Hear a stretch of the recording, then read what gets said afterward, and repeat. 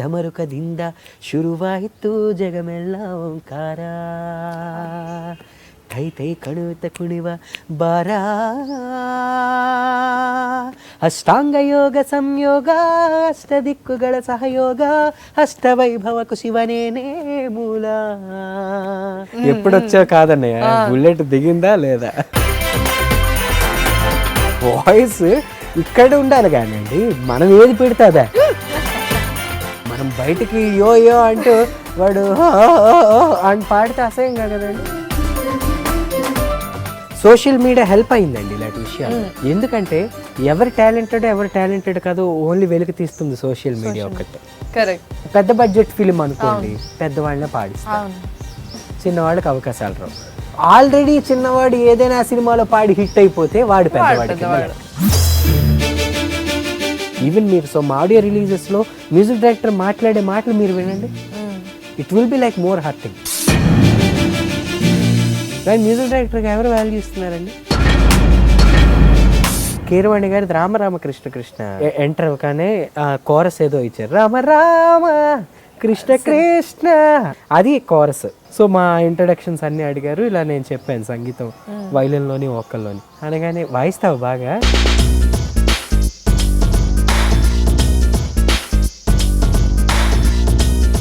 నాది ఒక చిన్న బిట్ ఉంది, నేను నోట్తో అంటా, నువ్వు ఒకసారి వాయిస్తావా అని.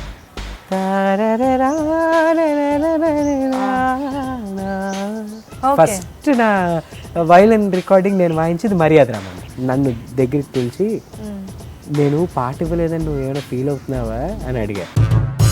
పాడేవాళ్ళు హైదరాబాద్లో కానీ ఆంధ్రప్రదేశ్లో కానీ ఎంతమంది ఉన్నారో ఒకసారి నాకు రాసి చెప్పవా సార్? దాదాపు ఒక 200 మంది ఉంటారండి అన్న. 200 మంది వైలినిస్టులు ఎంతమంది ఒకసారి రాయన్న.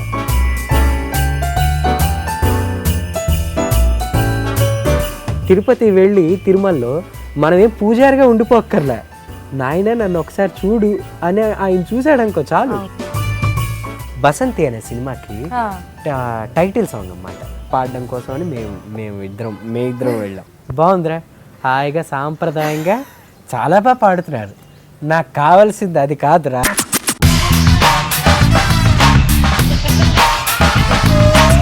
ఒరే నువ్వు గురుగారు అని మాత్రం కదా. మణిశర్మ గారు ఇంత తిడతారు ఇందంటారా, నాకు ఆయన ఎక్కువ ఇష్టం. ఫస్ట్ జన్మమెత్తిత్ర అనుభవించిత్ర పాట.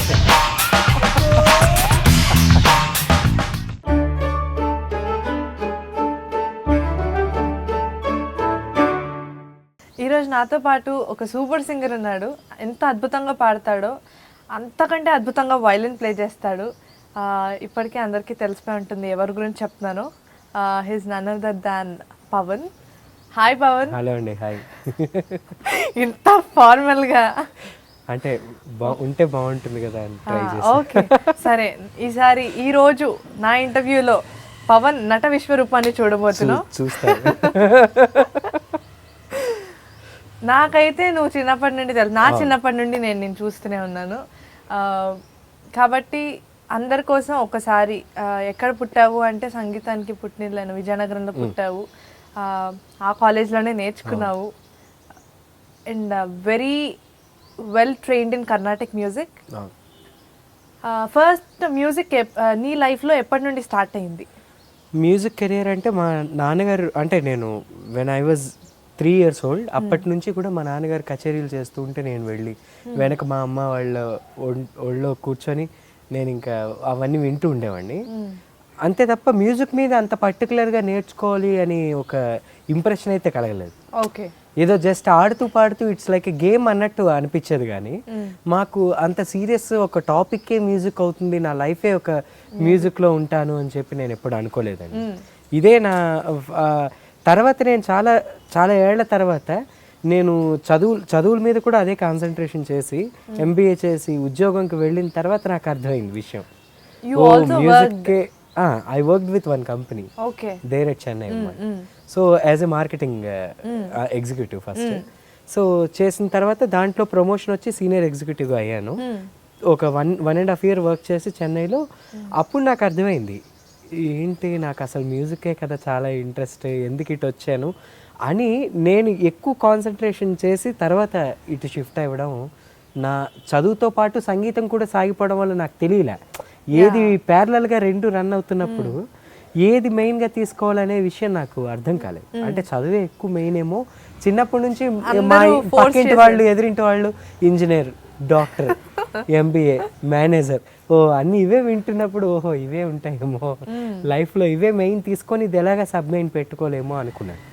కానీ తర్వాత మా అన్నయ్య ఉండేవాడు సంతోష్, వాడి పేరు మీ అందరికీ కూడా తెలుసు, ఈటీవీ ఒక్కరే వాటిలన్నింటిలో పాడాడు.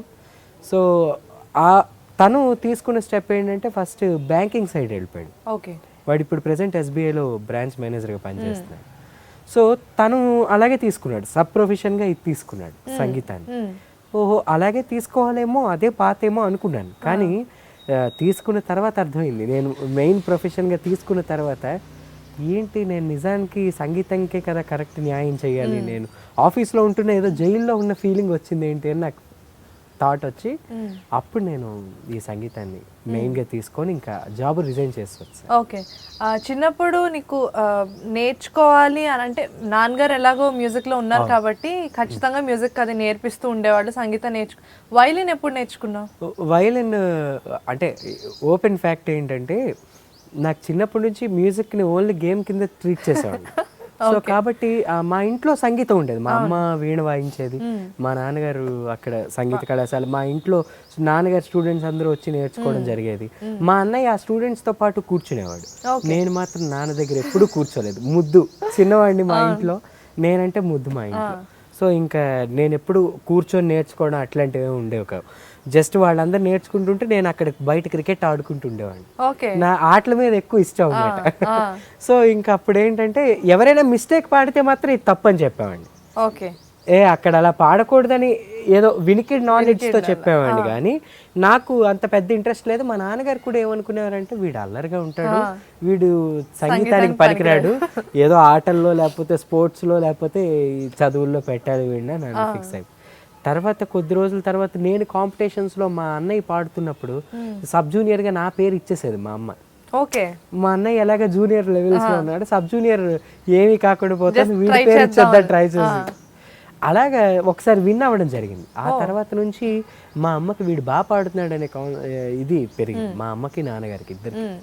పెరిగిన తర్వాత అప్పుడు సంగీతంలో జాయిన్ చేయాలని ఒక డిస్కషన్ వచ్చినప్పుడు మా నాన్నగారు నా దగ్గర అయితే వీడు నేర్చుకోడు ఖచ్చితంగా, వైలన్లో పడేద్దాం, 6th క్లాస్ వచ్చిన తర్వాత వైలన్లో పడేస్తే వాడు సంగీతం ఇటు వోకల్ వస్తుంది అటు వైలన్ వస్తుంది అనే విషయంలో వైలన్లో నన్ను జాయిన్ చేయడం. అలాగా నాకు వైలిన్ అబ్బింది, ఇప్పుడు అదే నాకు ఫుడ్ పెడుతుంది. అమ్మో అసలు చాలా రెండు బ్యాలెన్స్ చేసుకొని ఇప్పుడు నువ్వు పాడడంలో ఎంత బిజీ ఉంటున్నావో వైలిన్ లో కూడా అంతే బిజీగా ఉండడం, at the same time satisfying గా చాలా సాటిస్ఫైడ్ గా ఉంది. ఎందుకంటే నాకు కూడా నేను సినిమాల్లో ఎప్పుడు వైలిన్ వాయిస్తానని కానీ లేకపోతే కచేరీలకు వైలిన్ వాయించడం కానీ సహకార వైలిన్ ఎప్పుడు నేను ఎక్కువ వాయించలేదు. ఏదో మ్యూజిక్ కాలేజ్లో ఉన్నప్పుడు తప్పదు, యాజ్ ఎ స్టూడెంట్గా ఉన్నాను కాబట్టి వాయించాను. కానీ బట్ నా వెదర్ అది ఫార్చునేట్లీ ఆర్ అన్ఫార్చునేట్లీ నాదేమైందంటే నేను పాటలు సినిమా పాటల్లో పాడుతా తీగ దీనివల్ల వాటిల్లో కొంచెం ఎక్కువ ఫేమస్ అయ్యాను 10th క్లాస్ నుంచి. అయిన తర్వాత నుంచి నేను వైలన్ ఎవరికైనా అకాంపెనీ చేస్తున్నప్పుడు ఆ సింగర్ని ఆపి నన్ను పాడమనేవారు. సో ఇంక నేను నాకు అకాంపెనీ చేసే దానికి పిలిచేవారు కదా ఎవరు, పిలిస్తే ఓహో వీళ్ళు పాడేస్తారేమో అని చెప్పి పిలిచేవారు కాదు. అండ్ నేను కూడా కొంచెం షై ఫీల్ అయ్యేవాడిని. ఇప్పుడు వాళ్ళు పాప కష్టపడి ఏదో నన్ను అకాంపెనీ పెట్టుకొని వాళ్ళు పాడుతున్నప్పుడు నన్ను పాడమండవు, ఇదేంటి నన్ను పాడమంటున్నారు, నేను వైలన్ కదా వచ్చాను అనుకునేవాడిని. కానీ అందరికి ఫెమిలియర్ అయిపోవడం ద్వారా అటు వోకల్లోనే ఎక్కువ స్థిరపడిపోయాడు. నెక్స్ట్ వోకలే నాకు ఇంట్రెస్ట్ ఉండేది, వైలిన్ కూడా కన్నా కూడా. సో దాని ద్వారా నేను అసలు ఈ ఫిలిం ఫీల్డ్కి ఎంటర్ అయిన తర్వాత ఫస్ట్ వోకల్లోనే ట్రై చేశానండి. 2007లో ఇండస్ట్రీకి వచ్చాను, ఫిల్మ్ ఇండస్ట్రీకి. అంతవరకు ఈ కాంపిటీషన్స్ 2007 నుంచి. అప్పటికి కీరవాణి గారి రామరామకృష్ణ సినిమా జరుగుతుంది, రామ్ది. Music direction. అది ప్యారలల్ గా మర్యాద రామన్ సినిమా డిస్కషన్స్ జరుగుతున్నాయి. ఓకే. అది రిలీజ్ అయింది 2009 ఇప్పుడు, కానీ అప్పటికే కంపోజింగ్ సాంగ్స్ కూడా కంపోజ్ అవుతున్నాయి రాజమౌళి గారు వాళ్ళు. అవుతున్నప్పుడు నేను వెళ్ళడం జరిగింది. యాజ్ ఏదో కోరస్ అయినా పాడిస్తారు కదా అని భాషా సార్ ద్వారా అలా వెళ్ళాను. వెళ్ళగానే ఏమైంది, ఫస్ట్ ఎంటర్ అవ్వగానే కోరస్ ఏదో ఇచ్చారు, రామ రామ కృష్ణ కృష్ణ, ఆ టైటిల్ సాంగ్ అమ్మా. అది కోరస్. నేను రేవంత్ పృథ్వీ మేము అందరం ఉన్నాం అన్నమాట అక్కడ. సో అప్పుడే నేను జాయిన్ అయ్యాను. ఆ పాట పాడించారు. పాడించగానే అది అయిపోయింది రికార్డింగ్. వెంటనే కీరవాణి గారు బయటకు వచ్చి మమ్మల్ని అందరినీ ఇంట్రో అడుగుతున్నారు. అప్పుడు ఎవరు ఆయనకి సరిగ్గా తెలియదు. రేవంత్ ఉండేవాడు అప్పటికి కూడా. సో నేను పృథ్వీ కొంతమంది ఉన్నాం, మా గురించి తెలియదు, కొత్త వాళ్ళు వచ్చారు. సో మా ఇంట్రడక్షన్స్ అన్నీ అడిగారు. ఇలా నేను చెప్పాను సంగీతం వైలిన్లోని వోకల్లోని. వైలిన్ కూడా ఉందా అని వెంటనే అడిగారు. వైలిన్లో కూడా డిప్లొమా చేశానండి అనగానే, వాయిస్తావు బాగా? పర్లేదండి, బాగా వాయిస్తా అంటే ఏం చెప్తా, ఆయన అసలు అలాగే అడుగుతారు, నువ్వు బాగా పాడతావా అని అడిగితే బాగా పాడుతుంది, దానికి ఏం ఆన్సర్ ఉంటుంది, బాగా పాడతానన్నా బాగా పాడతారనే అనుకుంటున్నాను. పర్లేదండి బాగానే వాయిస్తాను అన్నా. అనగానే నాకు ఒక 5 నిమిషాలు వైలిన్ తీసుకురాగలవా అని. అప్పుడు లక్కీగా నా రూము దగ్గరలోనే ఉండేది, స్టూడియోకి. సో వెళ్ళి ఒక 5 నిమిషాలు పర్మిషన్ అడిగి వెళ్ళి వైలిన్ తీసుకొని వచ్చాను. కూర్చోమన్నారు. ఆయన వచ్చి నాతో కింద కూర్చున్నారు. నాకు కింద కూర్చొని వాయించడం అలవాటు వైలిన్. నా కర్ణాటక సంగీతం బేసిక్స్ నేను ఎప్పుడు ఇలా పెట్టి వాయించలేదు. వెస్టర్న్ నాకు నేర్చుకున్న విధానం అంతా కర్ణాటక సంగీతం. సో నేను కింద కూర్చొని వాయిస్తానని శృతి చేస్తున్నాను. ఆయన కూడా కింద కూర్చుండిపోయి నేను ఏం వాయిస్తాను అని అనగానే, శ్రావణ వాళ్ళకి తెలుసు ఆల్రెడీ, ఏదో దాంట్లో నేను వాయించడం విని, సార్ మీ పాటే వాయిస్తారు సార్, రాలిపోయే పువ్వ బాగా వాయిస్తాడండి అనగానే ఆయన పాటే రాలిపోయే పువ్వ ఫస్ట్ వాయించారు. వాయించగానే ఆయన ఇంప్రెస్ అయ్యి ఒక కర్ణాటక సంగీతం ఏదని వాయించాను, అభేరిలో నగుమోము, అది వాయించాను. వాయించిన వెంటనే ఆయన, నాది ఒక చిన్న బిట్ ఉంది, నేను నోట్తా అంటే నువ్వు ఒకసారి వాయిస్తావా అని అనగానే, వాయిస్తానండి అని అనగానే,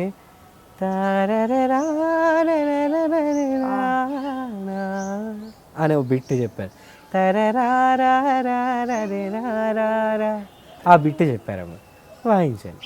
వాయించగానే, ఒక్క నిమిషం నేను ఇప్పుడే వస్తానని చెప్పి ఆయన వెళ్ళిపోయి జీవన్ గారితో, జేబీ గారు, ఆయనతో మాట్లాడి వెంటనే నన్ను అక్కడ ఆయన రూమ్లో తీసుకెళ్ళి ఈ బిట్ రికార్డ్ చేయించారు. ఫస్ట్ నా వైలిన్ రికార్డింగ్ నేను వాయించింది మర్యాద రామన్ కీరవాణి గారిది. దాంట్లో తెలుగు అమ్మాయి పాటలో వైలిన్, ఫస్ట్ అదే వైలిన్ వాయించారు. అది ఇప్పటిదాకా అసలు తెలియదు. తెలుగు అమ్మాయి దాంట్లో ఫస్ట్ నా వైలెన్ తోనే ఓపెన్ అయ్యి తెలుగు అమ్మాయి పాట చాలా సూపర్ హిట్ అయింది. Super hit. ఆ పాటలో ఎగ్జాక్ట్లీ వెనకాల అనే పాట మొదలకు మళ్ళీ నా బిట్లు ఉంటాయి అందులో. సో అవన్నీ జేబీ గారు రికార్డ్ చేస్తుంది.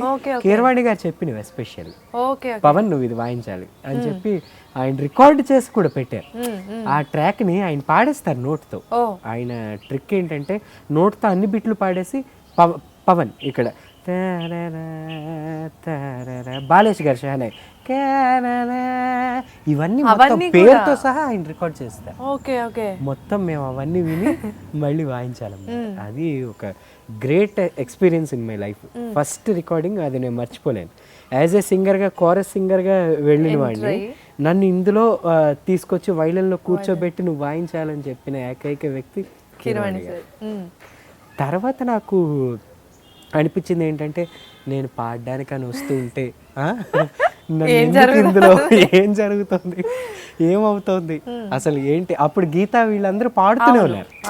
మన ఫ్రెండ్స్ అందరు మీకు తెలుసు, మన గీత, రేవంత్ వీళ్ళందరూ కూడా పాడుతున్నారు ఆయన దగ్గర. అయ్యో పాడదామని నాకు కుతూహలం.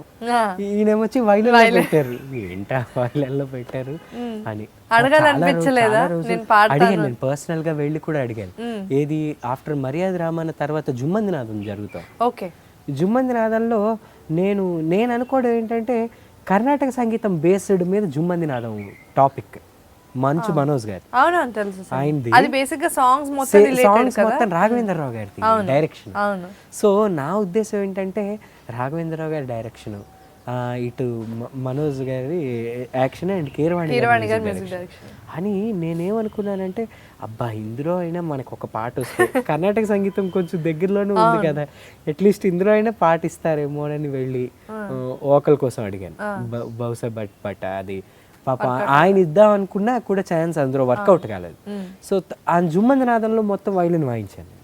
వైలిన్ అయితే సినిమా వాయించాను మొత్తం అన్నిటికీ వాయించాను, కానీ నాకు పాడే అవకాశం రాలేదు.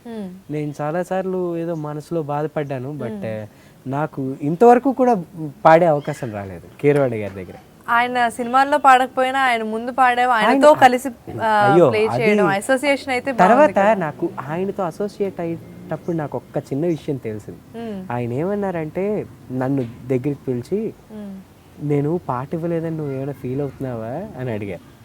అడగగానే మీరు పాట ఇవ్వలేదని కాదు సార్, మీ దగ్గర పాడలేదని ఒక ఫీలింగ్ ఉంది అని చెప్పాను.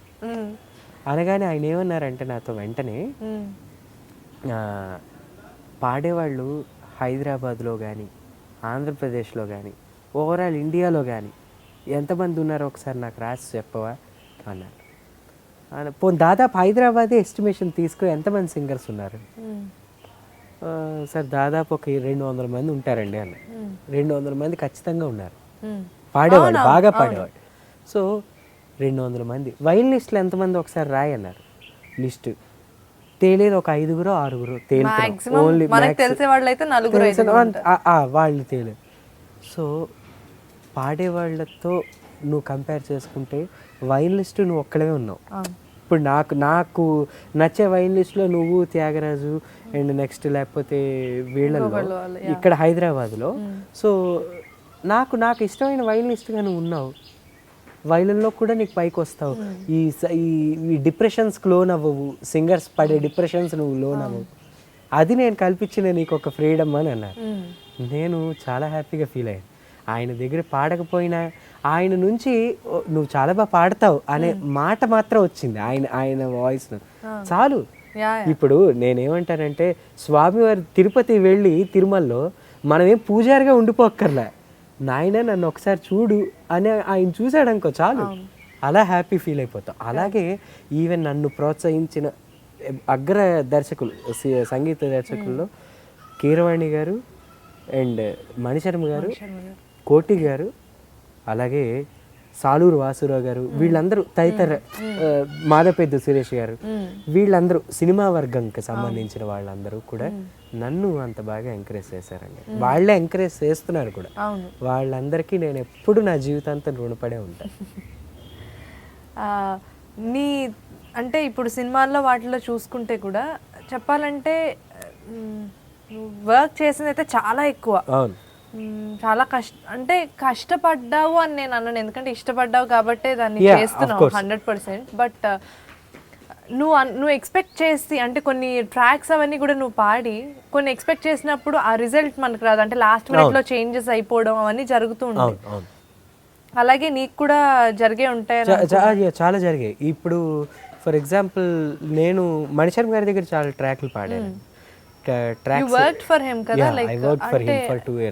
అది ఎలా అంటే ఓన్లీ కంపోజింగ్ వరకు ఫస్ట్ ఆయన దగ్గర ఎలా ఉంటుందంటే ఒక సింగర్ ఒక ట్రావెల్ జర్నీ ఎలా ఉంటుందంటే డిఫరెంట్ సిచ్యువేషన్స్ అండి, అది ఎక్స్ప్లెయిన్ చేయలేము అన్నమాట. ఇప్పుడు కీరవాణి గారి సెషన్ అయిపోయింది కదా, ఇప్పుడు మణిశర్మ గారి దగ్గరికి వస్తే ఫస్ట్ ఆయన కలవాలంటేనే భయం అండి. మణిశర్మ గారి దగ్గర నాకు చాలా మంది ఎలాగ మన ఫ్రెండ్స్ లోనే ఎస్పెషల్లీ దీపు అండ్ మన గీత వీళ్ళందరూ చెప్తున్న దాని మీద బట్టి నాకు చాలా భయం వేస్తుంది. మన శ్రావణ భార్గవ్ కానీ లేకపోతే హేమచంద్ర వీళ్ళందరూ చెప్పేవారు నాకు ఆయన గురించి. కీరవాణి గారి స్కూల్లో ఉండేవాడిని నేను, అప్పుడు వెళ్ళలేదు నేను భయంతో. ఓకే, తెలిసినా కూడా వెళ్ళలేదు, ఎందుకంటే మొత్తం తిట్టేస్తుంటారు ఆయన, ఇష్టాసారంగా అలాగే తిట్టేస్తుంటారని చెప్పి అనేవారు, టాక్ ఉండేది. సో నేను దాన్ని బట్టి నేను చాలా భయపడిపోతుండేవాడిని. అయ్యో ఏంటి ఇదేంటి ఎప్పటికీ అసలు నేను ఆయన దగ్గరికి వెళ్ళి నా ఫస్ట్ డ్రీమ్ ఏంటంటే మణిశర్మ గారి దగ్గర పాడాలి అని. నాకు ఎందుకో ఆయన మ్యూజిక్ లో ఒక క్లాసికల్ది ఎప్పుడు వినిపిస్తూనే ఉంటుంది. ఎనీ సాంగ్ తీసుకో, ఆయన మా సాంగ్ లో కూడా ఆ మెలోడీ వదలరు, మిస్ చేయరు అసలు ఆ క్లాసిజం ఆయన ఎప్పుడు మిస్ చేయలేదు. నాకు ఎందుకంటే అది కూడా నాకు ఆయన దగ్గరికి వెళ్ళి పాడాలని ఒక కుతూహలం. ఆయన ఆఫీస్కి వెళ్ళాను, ఆయన కలవలేదు, మళ్ళీ భయం మళ్ళీ నాకు. ఆయన మేనేజర్ని కలిసి వెంకటేశ్వర్లు గారిని కలిసి, సార్ నాకు అవకాశం ఏదైనా ఇప్పించండి సార్ కోరస్ సింగర్గా అని చెప్పి. ఓ సరేనమ్మా ఈసారి ఏదైనా అవకాశం వస్తే ఇప్పిస్తాను.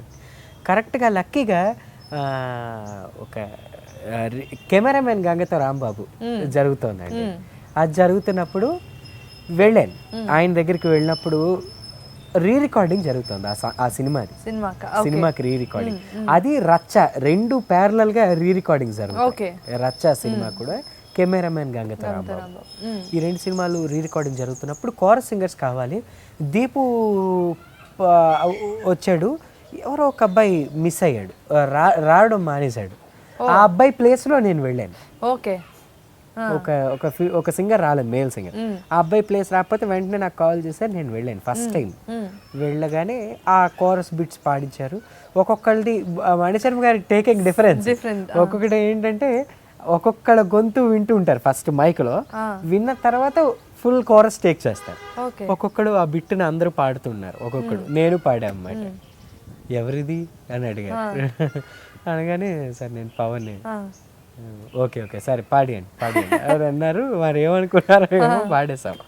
పాడి కానీ తర్వాత దీపుని వచ్చి అడిగారు, ఎవడి సింగర్ అంటే ఇలా పవన్ అండి. ఓహో ఓకే అప్పుడు లైట్ తీసుకున్నారు, అంత ఏం పట్టించుకోలేదు. Okay sir. సాహితి అప్పుడు పాడింది ఆ సినిమాలో, రచ్చ సినిమాలో తను పాడింది. సాహితి ఒక సాంగ్ పాడింది. నాకేంటి సాహితి, నేను మన విజయనగరంలో నాకు ఫ్రెండ్స్ మేము. సాహితి నాకు ఆయన కల్పించడం అంటే భయం, కొంచెం నువ్వు పాడావు కదా ఆయన దగ్గర ఆల్రెడీ, కొంచెం రికమెండేషన్ ఏదైనా చేస్తావా, నేను ఆయన కలుద్దామని ఒకసారి అనుకుంటున్నాను. నేను సాహితి వెళ్ళగానే ఆయన చాలా కోపంగా ఉన్నారు. పక్క వాళ్ళని ఎవరినో తిడుతున్నారు అన్నమాట అదే టైంలో. సాహితి ఇప్పుడేం చెప్పకు, నేను వెళ్ళిపోతాను, తర్వాత ఎప్పుడో చూసుకుందాం. ఆ గేట్ లో ఎంటర్ కాకుండా పరిగెట్టావా? మళ్ళీ చెప్పలే, ఆయన కలవలేదు. ఆ స్టూడియోలో పాడేసాం, ఆయన కలవకుండానే వెళ్ళిపోయాను. మళ్ళీ భయం ఎక్కడ తిట్టేస్తారో అని. అండ్ అది అయిపోయిన తర్వాత నెక్స్ట్ డేవో నన్ను కృష్ణ చైతన్య అని పిలిచారు కంపోజింగ్ అని.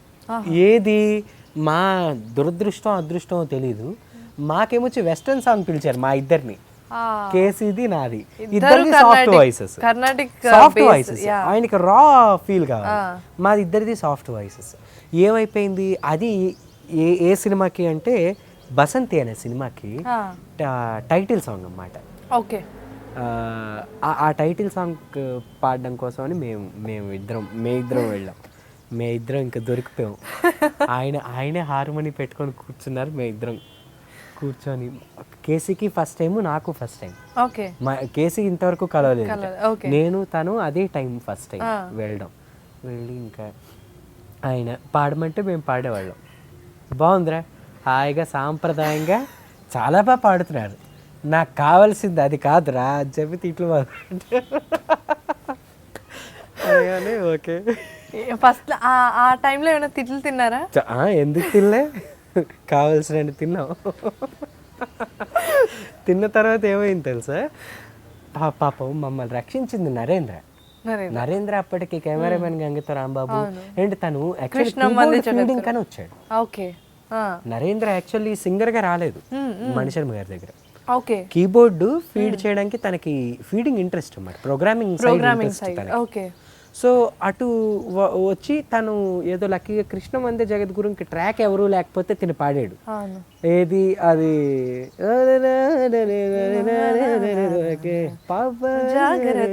ఆ పాట తన క్లిక్ అయింది లక్కీగా. నెక్స్ట్ కెమెరామెన్ గంగతో కూడా పాడించారు. తను మాకు హెల్ప్ చేశాడు. సార్ నేను చూసుకుంటాను సార్, మీరు వెళ్ళండి, నేను ఇది పాట మీకు రికార్డ్ చేసి పంపిస్తానని చెప్పి తను మా ఇద్దరిది టేక్ చేసి మమ్మల్ని పంపించాడు. వెళ్ళిపోయాడు. కేసు ఇంకేదో రికార్డింగ్ అని చెప్పి వెళ్ళిపోయినాడు. నేను ఉన్నాను, అక్కడే ఉన్నాను. సో అవుతోంది. ఒక ఆలాప్ ఏదైనా పాడు ఇక్కడ పవను, ఈ మధ్యలో గ్యాప్లో ఒక ఆలాప్ని ఏదైనా పాడు అని అన్నారు. ఆలాప పాడమంటారు, మళ్ళీ తిడతారేమో. పాడాను. నువ్వు సూఫీ బాగా పాడతావు కదా, ఒకసారి సూఫీలా ట్రై చేయి, ఒక రాజస్థానీ లాగానే పాడగానే అయిపోయింది అక్కడికి రికార్డింగ్. నెక్స్ట్ డే ఆయన ఆ పాట విన్నప్పుడు ఈ ఆలాప్ విన్నారు. ఎవడిది పాడింది, ఇది వాడే. లైక్ ఆ వాయిస్ ఆ వాయిస్ నేను పాడింది ఆలాప్ పై రేంజ్ లో ఒక ఆలాప్ పాడాను. ఓకే. ఆ ఆలాప్ పాడగానే ఆయనకి చాలా బాగా నచ్చింది. ఆ ఆలాప్ కూడా ఆ టైటిల్ సాంగ్ లో ఉంటుంది, నేను పాడిన alap. Okay. And cinema backdrop కూడా సినిమా బ్యాక్ డ్రాప్ అండ్ ఆ సినిమాలో ఒక పాట నేనే పాడాను. అవును, సినిమాలో బసంతిలో. అవును. సో అది పాడిన వెంటనే నన్ను మళ్ళీ పిలిపించారు. పిలిచి అప్పుడు నా బయోడేటా కనుక్కున్నారు. ఓకే. అంతవరకు ఆయన అసలు కనుక్కోలే, ఒక పరీక్షలాగే నాకు అంతవరకు రిజల్ట్ రాలేదన్నమాట. అప్పుడే వచ్చి సూఫీ నువ్వేనా పాడావు, ఎలాగా నువ్వు అసలు ఏం నేర్చుకున్నావు, అప్పుడు నా బయోడేటా అంతా కనుక్కొని ఓహో ఓకే ఓకే ఇలాగా అని చెప్పి అప్పుడు అప్పటి నుంచి ఆయన దగ్గరే నన్ను ఉంచేసుకున్నారు అన్నమాట. సో కంపోజింగ్లు అవన్నీ కూడా సార్తో పాటు కంపోజింగ్ జరిగిన ప్రోగ్రాములు ఏమైనా జరిగినా కూడా వైలన్ ఏదైనా ఉన్నా కూడా నేనే. ఆయనకి ఎలా తెలిసిందంటే ఫస్ట్ నేను ఆయనకి తెలియకుండా అజ్ఞాతవాసం చేశాను. ఏంటి అంటే కెమెరామెన్ గంగతో రాంబాబులో నేను పాట వాయించాను, ఆయనకి తెలియదు ఆ విషయం. అది ఎలా అంటే వైది ప్రోగ్రామింగ్ చేశాడు. ఓకే. వైది ప్రోగ్రామింగ్ చేసినప్పుడు నీ నగుమోమే ఎగస్ట్రాడినరీ అనే పాట రామచంద్ర పాడు. ఆ పాటకి నేను ఫస్ట్ వైలన్ తోనే ఆ వైలన్ అంతా నేను వాయించాను.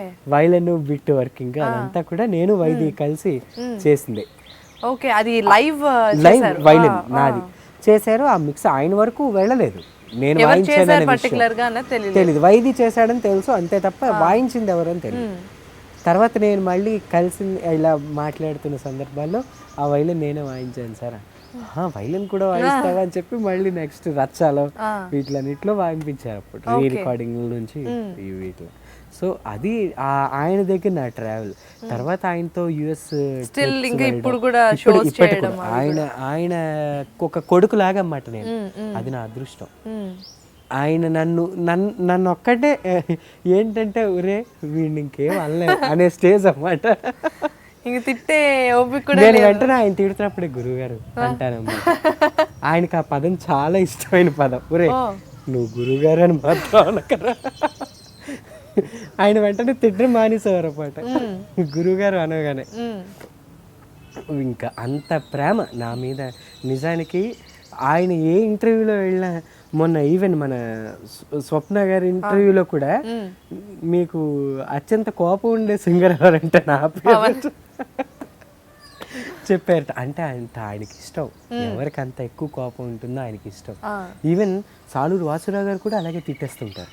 నేను బేసిక్గా నేను చూసినంత వరకు మనం ఎప్పుడైనా షోస్లో కలిసినప్పుడు కానీ లేదంటే ఎక్కడైనా చూసినప్పుడు ఇలాంటి మ్యూజిక్ డైరెక్టర్స్ ఉన్నప్పుడు నేను బాగా అబ్జర్వ్ చేసింది ఏంటంటే నిన్ను ఎవరైనా కానీ ఈవెన్ కీరవాణి సార్ కానీ మణి గారిది నేను చూడలేదు, వాసురావు గారిది చూసాను. కాబట్టి వీళ్ళందరూ కూడా పర్లేదు వీడిని ఏమన్నా సరే మనవాడు అనే ఇది ఎప్పుడు ఉంటుంది. అది మాత్రం దానికి నువ్వేం చేసావు బేసిక్గా అలా? నిజంగా ఏమండి, ఒక మనిషికి ఏంటి ఆయుధం అంటే వాడి వర్కింగ్ స్కిల్ అండి, అది తప్ప ఇంకొక ఆయుధం ఏమీ లేదు. సో మనం చేసే పనే మనకి రిఫ్లెక్ట్ అవుతుంది అంతే. సో అండ్ నా మీద వీళ్ళందరికీ ఒక బెస్ట్ ఇంప్రెషన్ ఏంటంటే అబ్బాయి సంగీతం నేర్చుకొని వచ్చాడు, సో అబ్బాయి ఈ బిట్ చెప్తే వాయించగలడు, ఈ బిట్ చెప్తే పాడగలడు అనే ఒక కాన్ఫిడెన్స్, ఈ పాట చెప్తే ఇస్తే బాగా పర్ఫామ్ చేస్తాడు. తర్వాత వీళ్ళందరికీ కూడా అంతే గ్రిప్ అండి, అంత కరెక్ట్గా నేను కూడా వాళ్ళకి వర్క్ చేసి ఇచ్చేవాడిని, అంత ఎగ్జాక్ట్గా వాళ్ళ ఈ టైమింగ్స్ బట్టి ఎప్పుడంటే అప్పుడు వెళ్ళి వాళ్ళకి వర్క్ చేసేవాడిని. అండ్ వాళ్ళకి ఒక విధమైన ఎఫెక్షనేట్ అన్నమాట. అది ఎందుకు ఎలాగ ఎఫెక్షనేట్ అనేది నాకు తెలియదు. నాకు వాళ్ళంటే పంచ ప్రాణాలు అన్నమాట. వాళ్ళని ఏమన్నా ఏదో మా నాన్నగారిని తిడుతున్నట్టు లేకపోతే ఏదో ఎవరో ఎందుకు ఇలా అంటున్నారు. తర్వాత నాకు చాలామంది చెప్పింది ఏంటంటే మణిశర్మ గారు ఇంత తిడతారు ఇల్లు అంటారా, నాకు ఆయన ఎక్కువ ఇష్టం. ఎందుకు అంటే ఎక్కువ తిట్టేవాడే మన ఎప్పుడు ప్రేమగా చూస్తాం. అవును. ఈవెన్ ఫర్ ఎగ్జాంపుల్ మన అమ్మా నాన్నగారు తిట్టారనుకోండి, మనకి ఏదో హర్టింగ్ అనిపిస్తుంది ఆ ప్రతిరోజు టైంలో, అనిపిస్తుంది ప్రతిరోజు అనిపిస్తుంది హర్టింగ్. కానీ మనం ఒక్కసారి వాళ్ళకి దూరం అయిపోయిన తర్వాత మనకి వాళ్ళ మీద విపరీతమైన ప్రేమ వచ్చేస్తుంది. అవును అవును. అదొక్కటే మన రక్షణ. ఇప్పుడు ఇంతసేపు ఇంత మాట్లాడుకున్నాం కాబట్టి నువ్వు పాడిన పాట నేను పాడిన పాట పాడతాను. అక్కడ లేను ఇక్కడ లేను ఎక్కడికక్కడ ఏమయ్యాను, ఇప్పుడు లేను అప్పుడు లేను ఇప్పటికిప్పుడు ఏమయ్యాను, ఎప్పుడు ఉండే చోట లేను ఎవరు లేని చోట లేను, ఇప్పటికిప్పుడు ఏమైపోతున్నాను, పారిపోతున్నా బంగారు లోకంలోకి వాలిపోతున్నా, నాలో నేనే లేనా నేనా ఇంకెవరోనా, నీ నడుములా నీ మనసులా కనిపించనంటున్నానా, నా పేరులా నా తీరులా వినిపించనంటున్నానా, ఏ మాట తేల్చలేక పారిపోతున్నా, నాలో నేనే లేనా నేనా ఇంకెవరోనా. ఈ సాంగ్ కూడా వెరీ డిఫరెంట్ సాంగ్, అసలు మొత్తం అన్ని క్రొమాటిక్స్. సో ఆ పాట రొమాంటిక్ నోట్స్ బేసిక్ గా పాడడమే చాలా, అంటే ఈ పాటకి ఒక స్పెషాలిటీ ఏంటంటేనండి, ఈ పాట జస్ట్ హాఫ్ అన్ అవర్లో టేక్ అయిపోయింది. అయిపోయి ఆయన ఇచ్చిన ఏంటంటే, ఈ పాట నువ్వు బాగా పాడితే ఈ పాట నీది ఫైనల్, లేదంటే అసలు నువ్వు కనిపించవు. ఆయన రూల్ అన్నమాట. సరే ఇంకేం చేస్తాం, బాగా పాడడానికి ట్రై చేస్తాను సార్, నచ్చకపోతే తీసేయండి. ఆయన వర్క్ పోకూడదు. అంత అద్భుతమైన సాంగ్ని నేను చేసిన తర్వాత ఆయనకి బాగా నచ్చి ఆయన ఎప్పుడు ఈ పాట ఆయన ప్లే చేస్తూనే ఉంటారు. ఇప్పుడు స్టిల్ ఆయన ఉంటే అసలు హాఫ్ అన్ అవర్ ఏంటి 15 minutes లో కంప్లీట్. ఓకే, బేసిక్ గా అందరూ అంటారు కదా ఆయన ఉండి ఆయన టేక్ చేస్తుంటే భయం వల్లే నోరు పెగలదు అని. మరి నిజంగానే మరి నీకు ఎలా అంత ఈజీ అయింది? తప్పదుగా ఫస్ట్ రికార్డింగ్ అయింది, తప్పని పరిస్థితుల్లో ఫస్ట్ రికార్డింగ్ ఆయనే ఉంటానన్నారు. ఆయనకు ఆ ఇష్టమైన పాట అది. ఓకే, తప్పనిసరి పరిస్థితుల్లో అక్కడ రికార్డింగ్ ఆయన దగ్గర పాడాల్సి వచ్చింది. పాడించిన తర్వాత ఏమైంది అంటే హాఫ్ అన్ అవర్లో టేక్ అయిపోయింది. అది ఓకే అయిందో కాదో కూడా తెలియదు. బేసిక్గా చెప్తారా పాడేసిన తర్వాత అవుతుందా లేదా అంటే పెద్దవాళ్ళందరూ మ్యూజిక్ డైరెక్టర్స్ ఎంత ఈజీ మైండ్తో ఉంటారంటే, ఒక సింగర్ని ఎంత ఎస్టిమేట్ చేయాలో వాళ్ళు ఎస్టిమేట్ చేసేసుకుంటారు. ఈ సింగర్కి ఆ సంగతి పలకదు అంటే ఆ సంగతి వెంటనే మార్చేస్తుంటారు. ఈవెన్ కీరవాణి గారు కానీ కోటి గారు కానీ వీళ్ళందరికీ ఆ సింప్లిఫైయింగ్ నేచర్ ప్రతి సింగర్కి అది మ్యూజిక్ డైరెక్టర్ అనే ఆయనకి తెలియాల్సిన విషయం. అలాంటి పదాలు వాళ్ళకి ఆ టెర్మినాలజీ వీడికి ఇది కమ్యూనికేట్ అవ్వట్లేదు ఈ సంగతి వేరేది మార్చేయాలి అని చెప్పి వెంటనే మార్చేయడంతో మనకి టైం ఎక్కువ పట్టదు రికార్డింగ్. కానీ మనకి ఎలా ఉంటుందంటే పాడేటప్పుడు ఇప్పుడు చెప్పినట్టు మన వాళ్ళకే బేసిక్గా తెలుస్తుంది మ్యూజిక్ డైరెక్టర్ కాబట్టి వాళ్ళకి జడ్జ్మెంట్ అనేది చాలా everything will be very clear కదా. ఇప్పుడు మనకేమని ఉంటుందంటే సింగర్గా ప్రూవ్ చేసేసుకోవాలి, ఇప్పుడు ఎంత టఫెస్ట్ సంగతి వేసేయాలంటే ఇప్పుడు దీన్ని దంచి కొట్టేయాలన్నట్టుగా అనుకుంటాం, కానీ ఆ టైంలో అది పలకదు. ఇప్పుడు సింప్లిఫై చేస్తారు కదా, చేసినప్పుడు ఈగో హర్ట్ అయిపోతుంది, అదేంటి నేను పాడగలను కదా ఎందుకు మార్చేస్తున్నారు అనేది ఏమైనా అనిపిస్తుందా? ఈగో హర్ట్ అవ్వడం కాదండి, ఫస్ట్ ఒక్కటే దృష్టిలో పెట్టుకోవాలి. యాజ్ ఎ సింగర్గా మనం ఏం పెట్టుకోవాలి అంటే he's the captain of ship అండి. ఆయన్ని మనం ఏమి తప్పు పట్టలేం. మనదేదో మన సొంత పైత్యాలు మనం బయట పెట్టడానికి మ్యూజిక్ డైరెక్టర్ అనే ఆయన కూర్చోవడం వేస్ట్. సో ఆయన కూర్చున్నాడు అంటే ఆయనకు కావాల్సిన స్టఫ్ మనం ఇవ్వగలగాలి. వంటవాడు ఉన్నాడు అనుకోండి ఫర్ సపోజ్, మనం ఇంత కాదురా ఇంకొంచెం సాల్ట్ ఎక్కువ వేయరని మనం చెప్పకూడదు. ఇంతే ఇంత డోసేజే ఉండాలి, డాక్టర్ పేషెంట్ లాగా. సో ఇప్పుడు మనం అక్కడికి వెళ్ళి పేషెంట్స్ లాగా ఉండాలి అంతే తప్ప మనం అక్కడ డాక్టర్ లాగా మేమే మా సొంత వైద్యాలు చేసుకుంటాం అంటే కుదరదు.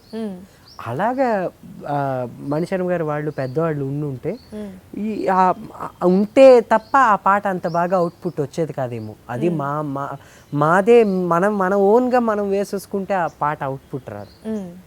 వాళ్ళు కన్నా బిడ్డలాంటిది అది. ఒక సాంగ్ అనేది ఇట్స్ లైక్ ఒక వాళ్ళే డెలివర్ చేస్తున్న ఒక బేబీ. ఆ బేబీని వాళ్ళకు ఎలా కేర్ చేయాలో ఒక మదర్కే తెలుసు, అలాగే ఒక మ్యూజిక్ డైరెక్టర్కే తెలుసు ఆ విషయం అనే విషయం. తర్వాత మాకేం అర్థమైంది తెలుసా, మా భయం ఏమిటంటే ఆయన ఉంటే మాకు గొంతు పెగట్లే. నువ్వన్న ప్రాబ్లం సేమ్. ఆయన ఉంటే ఎదురుకుంటే మా గొంతు పెగట్లే. నేను ఫస్ట్ 2 రికార్డింగ్లు భరించాను ఆయన. 3వ రికార్డింగ్ నుంచి ఆయనే నేను అనేసాను, గురువుగారు మీరుంటే నేను పాడలేను, మీరు వెళ్ళిపోయిన టైం ఏదైనా చెప్పండి ఆ టైంలో. అంటే ఇప్పుడు నన్ను వెళ్ళిపోమంటున్నా అంతేగా, ఊరా చూడరా నా పాట పాడడానికి నన్ను వెళ్ళిపోమంటున్నా. ఆయన బేసిక్ గా చాలా స్ట్రిక్ట్ కదా, ఇంతే జోవియల్ గా ఉంటారా? చాలా జోవియల్, వెరీ కంఫర్ట్ జోన్. అసలు మనకి అంత కంఫర్ట్ జోన్ అంటే మరి డిపెండ్ ఆన్ పర్సన్స్, నాకు తెలియదు ఆ విషయం, నాకు తెలియదు. కానీ నచ్చితే మాత్రం చాలా మంచి ఫ్రీడమ్.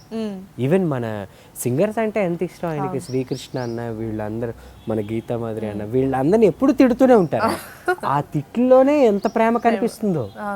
కారుణ్య, మన హేమచంద్ర వీళ్ళందరూ ఎంత ఆయనకి ఎంత ఇష్టం వాళ్ళందరూ అంటే, ఆయనతో వర్క్ చేసిన పర్సన్స్ వాళ్ళందరూ, వాళ్ళకి కూడా అంతే ఇష్టం. ఇన్ఫాక్ట్ లైఫ్ ఇచ్చిన మ్యూజిక్ డైరెక్టర్ డెఫినెట్లీ. కానీ వాళ్ళందరితో వర్క్ చేయడం నా అదృష్టం అండి. నేను నా మ్యూజిక్కి నేను వాల్యూ ఇచ్చుకునేదంటే వాళ్ళ ప్లేసుల్లోనే, వాళ్ళందరూ అండర్లో ఉండడం వల్లే. అలాగే ఈవెన్ మీరు మాధవపెద్ది సురేష్ గారు తీసుకున్న, కోటి గారికి ఒక హితుడు అనే సినిమాలో పాడానండి. జగపతి బాబు సినిమా ఆయనది. హితుడు అనే సినిమాలో నేను అప్పుడే బోల్ బేబీ బోల్ ఫైనల్ విన్నర్ అయిన తర్వాత ఆయన రికార్డింగ్ పిలిచారనమాట. పిలిచిన తర్వాత ఫస్ట్ టైం కోటి గారి రికార్డింగ్, నేను అంతవరకు కోటి గారి రికార్డింగ్ ఫస్ట్ నాకు పాడించింది కోటి గారే. రికార్డింగ్ స్టూడియో ఎక్స్పీరియన్స్ కోటి గారి ద్వారానే అయింది. ఎలాగా అంటే ఫస్ట్ మాకు అదేంటది ఏక్ పోలీస్ అని ఒక సినిమా వచ్చింది. ఎప్పుడు దట్ ఈస్ 2007. అంటే హైదరాబాద్ వచ్చిన కొత్తలో 2007-8 ఆ టైంలో. ఇది మాది వాయిస్ ఆఫ్ యూత్ 2008 రన్ అవుతుంది. శ్రీకృష్ణ, నేను, ఇంకెవరు, అభిరాము, నెక్స్ట్ ఇంకొక అబ్బాయి చెప్తానండి, ఇంకొక అబ్బాయి పృథ్వీ. మేము నలుగురు కూడా వెళ్ళాము. వెళ్ళి పాడడానికి ఏక్ పోలీసు రికార్డింగ్ అన్నారు. మాకు అప్పుడే కొత్త అన్నమాట, అసలు ఏం తెలియదు సినిమా రికార్డింగ్లు ఎలా జరుగుతాయో. అసలు నువ్వు విజయనగరం నుండి రావడం ఇక్కడికి రికార్డింగ్ ఎక్స్పీరియన్సెస్ తెలియదు. సో కాబట్టి అంటే ప్రైవేట్ ఆల్బమ్స్ ఏవో పాడాం కానీ కొన్ని డివోషనల్ ఆల్బమ్స్, సినిమా ఎక్స్పీరియన్స్ లేదు. సినిమాలో ఎలా చేస్తారు రికార్డింగ్లు, అది రీ రికార్డింగ్ మేము పాడాలి. రీ రికార్డింగ్ ఒకటి, సాంగ్ ఒకటి పాడాలి. సాంగ్ ఏక్ పోలీస్ టైటిల్ సాంగ్ మొత్తం మేము నలుగురం పాడాం, నేను, అభిరాము. అప్పుడు కోరస్ అంటే రికార్డింగ్ ఎక్స్పీరియన్సే ఇది కొత్త కాబట్టి సినిమాకి, రీ రికార్డింగ్ అంటే కూడా అది వేరే డిఫరెంట్ ఎక్స్పీరియన్స్. బికాజ్ సింక్ లో ఉండాలి కదా, సింక్ లో ఉండాలి. మాకు అవన్నీ ఏమి తెలియదు, రూల్స్ ఎవరికి తెలియదు, అందరం కొత్త, అందరం ఏమి తిట్టలేదు కానీ. బట్ వాళ్ళు ఏమన్నారంటే, ఒక ఆయన ఇంజనీర్ ఒక ఆయన ఉన్నారు, ఆయన పేరు మర్చిపోయాను నేను. ఆయన ఇంజనీర్ ఒక ఆయన ఉన్నారు. ఆయన మా రూమ్లోకి వచ్చి, కోటి గారు వింటున్నారు, మీరెవరు శృతుల్లో పాడట్లేదు, ఆ విషయం తెలుసుకోండి చెప్పి ఆయన మా అందరికి దగ్గరికి వచ్చి మైక్ ఆఫ్ చేసి మాట్లాడగానే మా అందరికి వణుకు, ఎలా పాడాలో ఏమిటో. మీకు ఆయన కనిపించట్లేదా? కనిపించారు కదా, వేరే రూమ్ లో ఉన్నాం, గ్లాస్ లేదు, కనిపించదు. వేరే రూమ్, రామానాయుడు గారి స్టూడియో, ఆ స్టూడియోలో అక్కడికి వెళ్ళగానే ఇంకా మేము అందరం గ్రూప్ లో పాడాలి ఆ ఏక్ పోలీస్ టైటిల్ సాంగ్. చాలా బాగా వచ్చింది. మాకు అనుకోలేదు, మేము ఎవరో అనుకోలేదు, బాగా వచ్చింది. ఆయన మమ్మల్ని మెచ్చుకున్నారు. తర్వాత నేను మళ్ళీ ఏదో కాంపిటీషన్ జీ తెలుగు సరిగమపాల ద్వారానే తప్ప మళ్ళీ రికార్డింగ్కి వెళ్ళే ఛాన్స్ లేకపోయేది. ఎందుకంటే అదే టైంలో నా చదువు MBAలో, బ్యాలెన్స్ చేసుకోవడంలో కష్టం అయిపోయింది. నేను తర్వాత ఈ హైదరాబాద్ రాలేదు, ఆ రికార్డింగ్స్ చూడండి. ఆ టైంలో కూడా అక్కడ నుండి ఇక్కడికి ట్రావెల్ చేస్తూనే పాడాను. ఓకే ఓకే, షిఫ్ట్ వైజ్ అంతే అంతే. సో మళ్ళీ మేము విజయనగరం వెళ్ళిపోయి మళ్ళీ కామన్ రొటీన్ యాజ్ లైక్ తర్వాత వచ్చిన తర్వాత మళ్ళీ కీరవాణి గారు, మళ్ళీ చక్రి గారు, అదేమంతా ఫ్రెష్ చక్రి గారు, కీరవాణి గారు, మణిశర్మ గారు, ఇలాగా ఈవెన్ చక్రి గారు కూడా అంతే. నా టీవీ ఛానల్లో నేను పాడిన పాటలు విని నన్ను రికార్డింగ్ పిలిచారు. ఫస్ట్ పిలిచి నేను అప్పుడు ఆయనకి కూడా ఒక సినిమాలో ఆయనకి చక్రి గారికి పాడిన సినిమా లడ్డు బాబు. లడ్డు బాబులో దేనికైనా రెడీ 2 సినిమాల్లో పాడి. దేనికైనా రెడీలో లాస్ట్ లో ప్యారడీ సాంగ్స్ ఉంటాయి, ఆల్బమ్ లో ఉండదు, సినిమాలో ఉంటుంది. సినిమాలో ప్యారడీ సాంగ్స్ లో ఘంటసాల గారి వాయిస్ లో వచ్చే పాటలన్నీ నేనే పాడాను. అవును, కరెక్ట్. ఏది నేను పుట్టాను, ఇంకొక సాంగ్ జన్మమెత్తి అవన్నీ నేనే ఎలా పాడాను అంటే చక్రి గారికి నేను టీవీ ఛానల్స్ లో పాడినప్పుడు అమ్మా అని అరచిన అది పాడాను ఒక మెడ్లీలో. పాడగానే ఘంటసాల గారి వాయిస్ లాగే ఉందేమిటి అబ్బాయిది బాగుంది అని అనుకొని చక్రి గారు నాకు ఫోన్ చేసి మరి నా నెంబర్ కనుక్కొని ఆయనే పర్సనల్గా, నేను అసలు ఎక్స్పెక్ట్ చేయలేదు చక్రి గారు కావాలని. అప్పుడు స్టార్ ఎట్ ద టైం ఆయన నాకు ఫోన్ చేసి నేను చక్రిని మాట్లాడి నాకేమన్నాలో ఏం అడగాలో ఏమో తెలియదు మనకి. అప్పుడు ఎక్కడున్నా హైదరాబాద్ లో, ఇక్కడ హైదరాబాద్ లోనే అదే టైం అంటే 2011 ఆ టైం. అప్పుడు నేను ఇక్కడ ఉన్నప్పుడు ఆయన పిలిచి నన్ను ఈ పాడి ఏం లేదు ఇక్కడ ప్యారడీ సాంగ్స్ ఉన్నాయి, ఘంటసాల గారి పాట నువ్వు అందులో బాగా పాడావు, అదే అలాగే ఇలా పాడాలి అని చెప్పి ఫస్ట్ జన్మమెత్తిత్ర అనుభవించిత్ర పాడాను. చక్రి గారి ప్రయాణం అలాగే జస్ట్ అది పాడిన తర్వాత ఆయనకి బాగా నచ్చి ఒక 4 సాంగ్స్ వెంటనే ఘంటసాల పాడించాం. అవన్నీ లక్కీగా మన బ్రహ్మానందం గారు బ్రహ్మానందం గారికి అది ఫస్ట్ పాడాను, అది అయిపోయింది.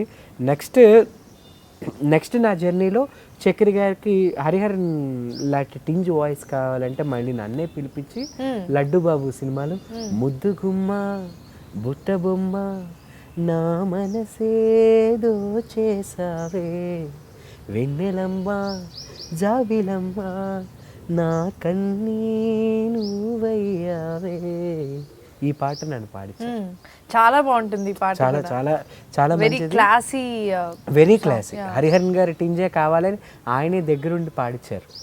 తర్వాత అండ్ నా దురదృష్టవశాత్తు చక్రి గారి వాళ్ళ ఫ్యామిలీకి నేను చాలా దగ్గర అయ్యానండి. ఆ తర్వాత వాళ్ళ ఫ్యామిలీ అందరికీ, ఈవెన్ వాళ్ళ తమ్ముడు మాత గారికి కానీ లేకపోతే చక్రి గారికి మిస్సెస్ రావణి గారికి కానీ వీళ్ళందరూ వాళ్ళ కుటుంబాలతో మా నాన్నగారికి మా అందరికి పరిచయాలు పెరగడం, మా నాన్నగారి గురించి తెలుసుకొని మమ్మల్ని అందరిని ఇన్వైట్ చేయడం, ఆయన ఇంటికి డిన్నర్కి ఇన్వైట్ చేసి మా అందరికి డిన్నర్ ఇప్పించి ఆయన వెరీ ఫ్రెండ్లీ అండి. హీఈస్ నాట్ అంటే he won't behave like I'm a music director like నేను ఒక పెద్ద స్టార్ అని ఎప్పుడు ఆయన అనుకోలేదు. వెరీ డౌన్ టు ఎర్త్, అసలు ఏదో మన ఇంట్లో మనిషి మాట్లాడుతున్నట్టు మాట్లాడేవారు. అండ్ అలాంటి ఆయన మాకు డిసెంబర్లో బోల్ బేబీ బోల్ షూటింగ్ జరిగిందండి. 2000 ఐ డోంట్ థింక్ సో 2014 అనుకుంటున్నాను. అదే టైం ఆయన పరమపదించిన టైంలో అవే. సో అప్పుడు మాకు జడ్జిగా వచ్చారండి ఆయన. వచ్చిన తర్వాత నేను పాడాను ఆయన ముందు, గెస్ట్గా వచ్చారు. గెస్ట్ పాడినప్పుడు కూడా ఆయన అన్నారు నేను పవన్ పాడించాను సినిమాల్లో, నెక్స్ట్ నా రాబోతున్న సినిమాల్లో కూడా పవన్ పాడతాడు అండ్ మేమందరం కలిసి షోస్ కూడా చేస్తున్నాం అని చెప్పి ఆయన అప్పుడు చెప్పారు. ఆ December 31st షో చెయ్యాలి మేము. కరెక్ట్, December 15th అది మాకు 31st అన్ని డేట్స్ అన్ని కన్ఫర్మ్ అయిపోయాయి. సింహ గారు మేమందరం ఐ స్టిల్ రిమెంబర్. అవును పాపం అది ఆ టైంలో ఆయన అలా జరగడం అనేది అసలు మేము ఊహించలేదండి. బట్ అది గ్రేట్ లాస్ ఆయన ఫస్ట్. తర్వాత ఆయన వెళ్ళిపోయిన తర్వాత మణిశర్మ గారి దగ్గర నేను రావడం, ఇవన్నీ దేవుడు కల్పించిన మనుషులండి. డెఫినెట్లీ అది రాసి పెట్టుంటేనే జరుగుతాయి, ఎప్పుడు జరగాలి అప్పుడే జరుగుతాయి. నిజం, అది మాత్రం కరెక్ట్ అండి. మీరు అది మనం అనుకుంటుంటాం సింగర్స్కి, అయ్యో ఇంత మంచి సింగర్ ఎందుకు వృద్ధిలోకి రాలేకపోయాడు, లేకపోతే ఇంత మంచి సింగర్ మనమే మంచి సింగర్లు అనుకుంటే హరిహరన్ గారు, శంకర్ మహాదేవన్ గారు వీళ్ళందరూ ఏమైపోలేదు. కరెక్ట్. అంటే ఎంత అహర్నిశలు ప్రాక్టీస్ చేసి 20 గంటలు ప్రాక్టీస్ చేస్తూ వాళ్ళు హిందుస్థానీ, కర్ణాటక సంగీతం, వెస్టర్న్ డిఫరెంట్ జోన్స్ లో వాళ్ళు ఆరితేరిపోయి శంకర్ మహాదేవన్ గారు entered this field at his age of 31. So nobody అంటే గాట్ అన్ ఏది ఎక్స్పెక్ట్ చేయలేము.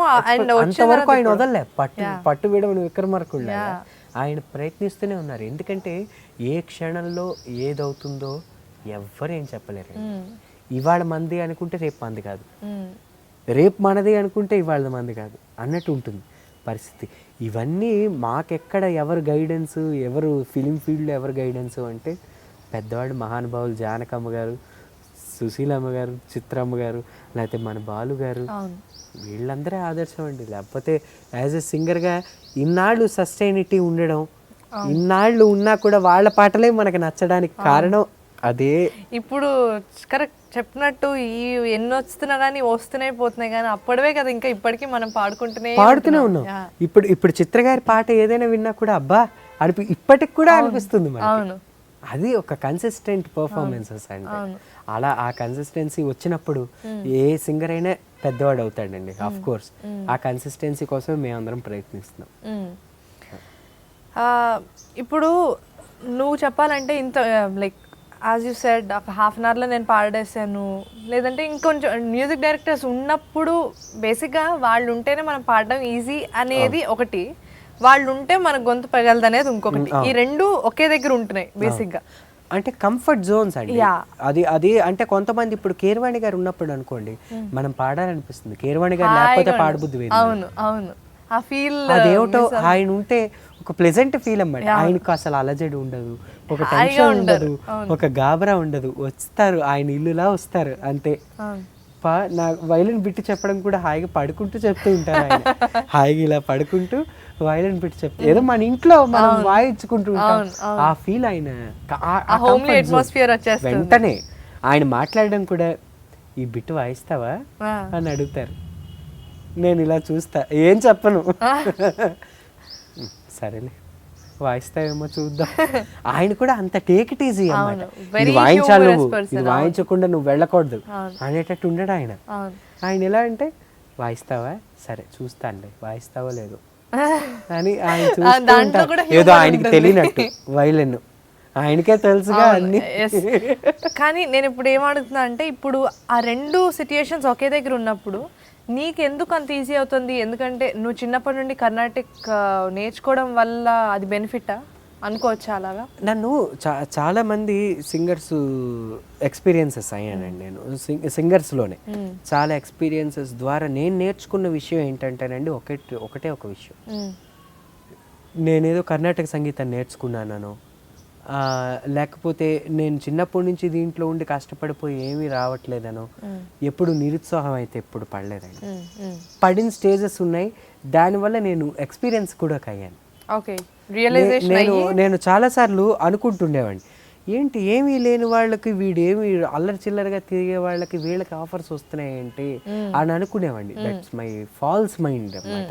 అంటే నాకు నిజం తెలియక, దాని దాగి ఉండే రహస్యం తెలియక నేను అనుకుంటుండేవాడిని, ఏంటి అసలు ఇలా వస్తుండేవి ఆపర్చునిటీస్, ఎవరో ఏమి తెలియని ఏమి ఓనామాలు రానివాడు పాడేస్తున్నారు, అద్భుతంగా పెద్ద పెద్ద రేంజ్లకు వెళ్ళిపోతున్నారు, ఏంటి ఇవన్నీ అనుకునేవాడిని. కానీ ఏ మనిషికి ఏ ప్లస్ పాయింట్ ఉంటుందో ఎవరికి తెలియదండి. ఆ ప్లస్ పాయింట్స్ వాళ్ళలో ఉన్నాయి, కొన్ని మైనస్ పాయింట్లు మనలో ఉన్నాయి. అది తెలుసుకొని మెలగడమే మనిషి యొక్క మన సింగర్స్ లో చాలా మందిని చూసి ఆ రియలైజేషన్ వచ్చింది. ఓకే,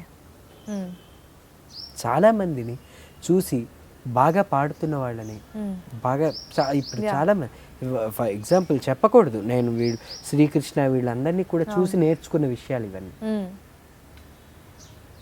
అనవసరంగా బాధపడిపోవడం అన్ని పనికిరావు, పనికిరావు. నేను చాలా అనుకునేవాడిని అలా ఫాల్స్ మైండెడ్గా. అంటే ఏంటి వీళ్ళందరికీ వస్తే మనం చిన్నప్పటి నుంచి సంగీతంలో ఉండి ఎవడు ఏం పిలవడు, ఏంటి ఏమి చేయడు అని. చిన్నప్పటి నుంచి సంగీతం నువ్వెంత వచ్చావు అనేది కాదు, బుల్లెట్ దిగిందా లేదా అనేది కావాలన్నట్టు. ఎప్పుడు వచ్చావు కాదన్నయ్య, బుల్లెట్ దిగిందా లేదా అన్నట్టు చాలా ఎక్స్పీరియన్సెస్ అయ్యాయి. సో అలాగా మన దీంట్లో ఫిలిం ఫీల్డ్లో ఎలా అంటే కొంతమంది వాయిసెస్ క్లిక్ అవుతాయి, ఆ వాయిస్ ఇష్టం ఉంటుంది, వాడు పాడతాడా పాడ్డా అనేది వేరే విషయం. వాయిస్ క్లిక్ అయితే కొన్ని గంటలు పాడించిన సందర్భాలు ఈ పెద్దవాళ్ళే ఉన్నారు. కరెక్ట్. అవును. ఇప్పుడు సోకాల్డ్ అవార్డ్స్ తీసుకున్న సింగర్సే మీరు ఎగ్జాంపుల్ తీసుకోండి. వాళ్ళలో ఏంటి నచ్చింది అంటే వాళ్ళ వాయిస్ నచ్చిందండి, అండ్ కొంతమంది బిహేవియర్స్ నచ్చాయి. అది వాళ్ళ కంఫర్ట్ జోన్స్, ఆ మ్యూజిక్ డైరెక్టర్స్కి. వాళ్ళని మనం ఏం అనలేము. ఆ కంఫర్ట్ జోన్స్కి ఎవరు తగ్గుతారో వాళ్ళనే వాళ్ళు పిలుస్తారు, వాళ్ళనే వాళ్ళు పాడలేకపోయినా కూడా వాళ్ళ చేత 2 రోజులు పాడించేటటువంటి మ్యూజిక్ డైరెక్టర్స్ అని నేను చూశాను. 2-3 రోజులు ఒక పాటను టేక్ చేయడం మణిశర్మ గారి దగ్గర నేను చూశానండి. వాళ్ళు పాడటమే లేదు, కానీ వాళ్ళ వాయిస్ స్టీరియోస్లో వినగానే అద్భుతంగా ఉంది. ఓకే, మంచి ఫీల్. ఆ ఫీల్ కోసం కష్టపడుతున్నారు. అంటే ఎంత ఎంత దాన్ని బ్రెయిన్ డిగ్గింగ్ చేస్తే కానీ అట్లాంటి సన్నివేశాలు రావు. కొన్ని టైముల్లో మ్యూజిక్ డైరెక్టర్ చాలా వెక్స్ అయిపోతుంటారు. ఇంతసేపు పాడుతున్నాడు, ఈయనేం పెద్ద సింగరు, ఈయనేమి సింగరు అని వెక్స్ అయిపోతుంటారు. కానీ అవుట్కమ్ చూసేసరికి మాత్రం చాలా బాగుంటుంది. సో ఆ అవుట్కమ్ కోసం చాలా మంది, అందుకే నేను ఎప్పుడు సంగీతంలో నేర్చుకుని వచ్చినవాడు, ఆఫ్ కోర్స్ సంగీతం నేర్చుకొచ్చినవాడే, బట్ ఆడినవాడే ప్లేయరు. ఎన్ని నెట్ ప్రాక్టీసులు చేసేవి అనేది అనవసరం, ఎవడాడాడో వాడే ప్లేయర్. ఆడడానికి మేము ఇంకా నెట్ ప్రాక్టీసులు చేస్తూనే ఉన్నాం, ఎప్పుడు టైం వస్తే అప్పుడు ఆడతాం అంతే. అలాగే పాడడంలో కూడా ఎప్పుడు మేము ఇంకా ప్రాక్టీస్ చేస్తూనే ఉంటామండి. There is no end for the music, and ఈ మ్యూజిక్ ఎప్పుడూ ఎండ్ అయిపోదు. ఏ ఛాన్సులు కూడా ఆగిపోవు, వస్తూనే ఉంటాయి. సో కాబట్టి ఏదో ఒక అగాధం జలనిధిలో ఆణిముచ్చే ఏదో ఒకటి ఉంటున్నట్టు ఎవరో ఒకళ్ళు మమ్మల్ని పైకి తీసుకురాకుండరు, తీసుకొస్తారని ఎదురు చూస్తూనే ఉంటాం ఎల్లకాలం.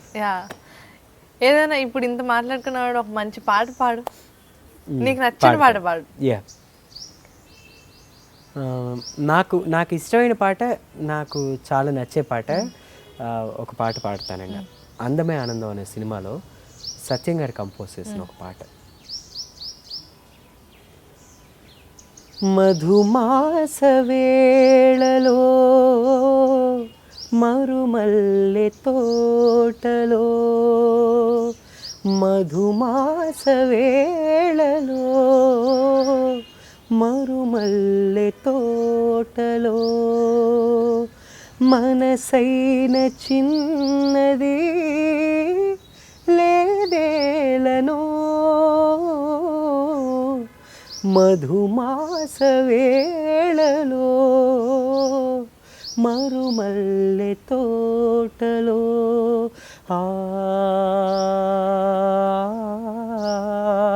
ఆహా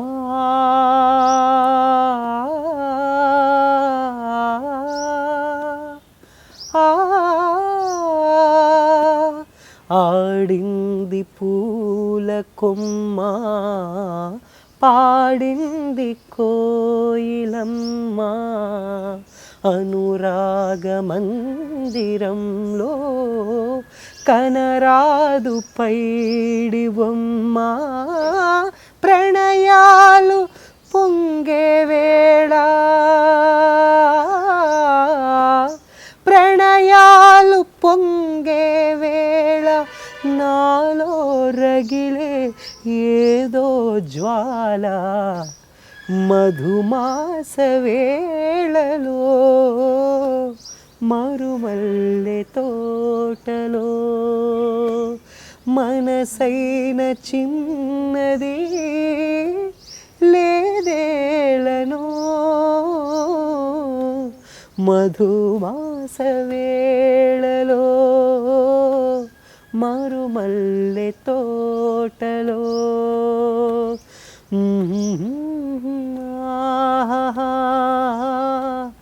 మరుమల్లె తోటలో,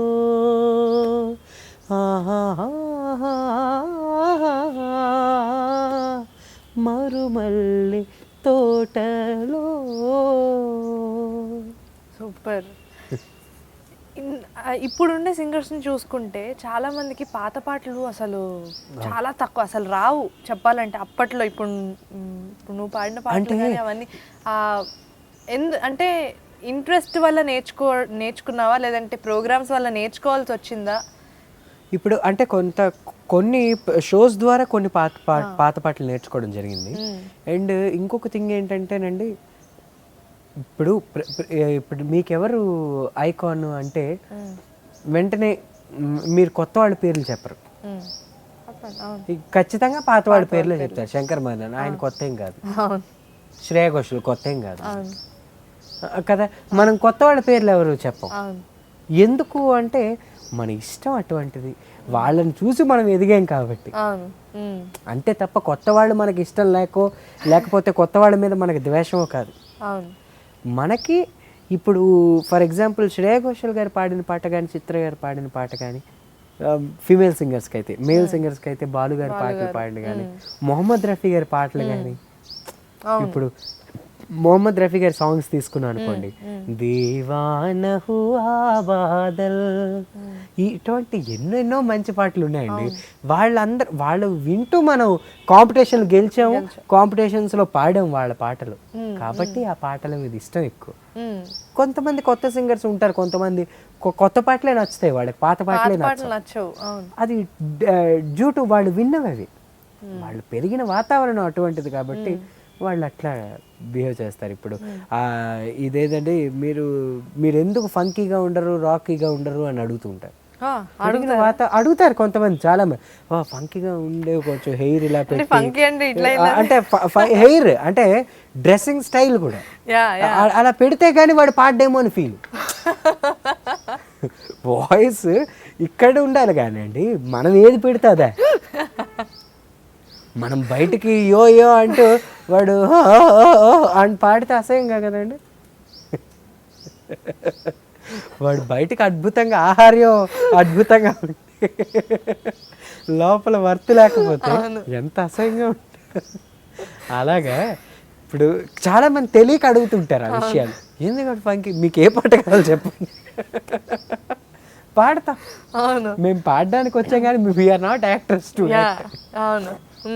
నాకు నేను చాలా మంది ఇప్పుడు మేము నేర్చుకునేది బాలుగారి వాళ్ళ ద్వారా, ఏది పాడినా జానకమ్మ గారు ఆయన ఎన్ని ఫంకీ సాంగ్స్ పాడినా ఆయన చూస్తే అటువంటి డిసిప్లిన్ కలుగుతుంది ఆయన పాటల్లో. సో అలాగా వాళ్ళందరినీ చూస్తూ మనం నేర్చుకోవాల్సిన విషయాలు ఏంటంటే, పాటని పాడడం వేరు, ప్రెజెంటేషన్స్ వేరు, పాటని యాక్ట్ చేస్తూ పాడడం వేరు. యాక్ట్ చేస్తూ పాడడం ఈ రోజుల్లో అలవాటు అయిపోయి జనాలకి. అఫ్ కోర్స్ అలాగే ఖచ్చితంగా మనం కూడా మోటివేట్ అవుతూ పాడాలి. బేసికల్లీ కొన్ని యూత్ఫుల్ సాంగ్స్ ఉంటాయి, అటువంటి సాంగ్స్కి మనం నించొని పాడితే అసహ్యంగా ఉంటుంది. దానికి డ్యాన్సులు అఫ్ కోర్స్ మేము అన్నీ చేస్తున్న ప్రోగ్రాంలే అవి. యాక్ట్ చేస్తూ పాడడమా? మమ్మల్ని ఫస్ట్లో నేను మణిశర్మ గారి షోకి వెళ్ళినప్పుడు ఇలా ఉండేవాడిని. అవును, నేను యాక్చువల్గా దీని గురించి చెప్పాలి. యుఎస్ షోస్లో వాటిలో ఈ మధ్య ఫోటోలో పెట్టినప్పుడు స్టార్టింగ్ లో వెరీ లైక్ ఎలా ఉండేవాడు అలా, ఇప్పుడు దాన్ని మేక్ ఓవర్ చేసుకుని ప్రెజెంటేషన్ ఏంటి అంటే చూస్తూ నిజంగా పక్క వాళ్ళని చూస్తూ నేర్చుకునేదండి.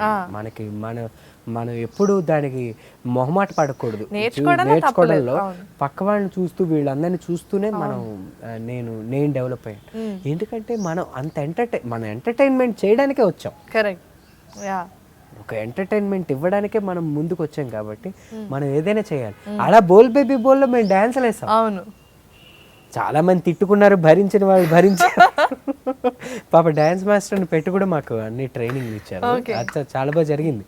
సో మాకు యూఎస్ షోలో ఎంత హెల్ప్ అయ్యాయి అంటే, ఫస్ట్లో ఇలాగే ఉండి పాడేవాడిని ఏదైనా ఏ పాట అయినా. తర్వాత మణిశర్మ గారు వెనకనే ఉండేవారు మాకు. తంతాను నిలబడి పాడితే తంతాను, డాన్స్ అయిపోతే తంతాను చెప్పేవాళ్ళు. అమ్మో, కండక్ట్ చేసేవారు. అండ్ ఇంకొక పాట డాన్స్ వేస్తున్నా కూడా శృతిలోనే పాడాలి.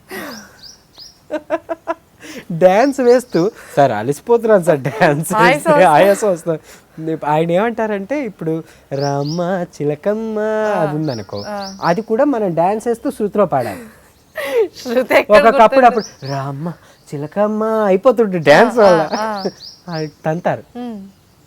అప్పుడు కోపం వచ్చేస్తుంది ఆయన, నువ్వు డ్యాన్స్ ఆపు, శృతిలో పాడు అంటారు.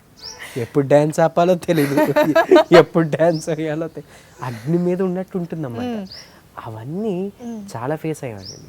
ఈవెన్ సాలూరు వాసురావు గారు, జి ఆనంద్ గారి షోస్, లేకపోతే మాధవపేట్ సురేష్ గారి షోస్, ఒక్కొక్కళ్ళది ఒక్కొక్క డిఫరెంట్ ఫ్లేవర్స్ అండి. మ్యూజిక్ వాళ్ళు చేసే మ్యూజిక్ లో డిఫరెంట్ ఫ్లేవర్స్, వాళ్ళు చేసే లైవ్ లో పర్ఫార్మెన్సెస్, ఒక్కొక్కళ్ళు మనం ఎవరి దగ్గర ఎలా ఉండాలో నేర్చుకోవాలన్నమాట.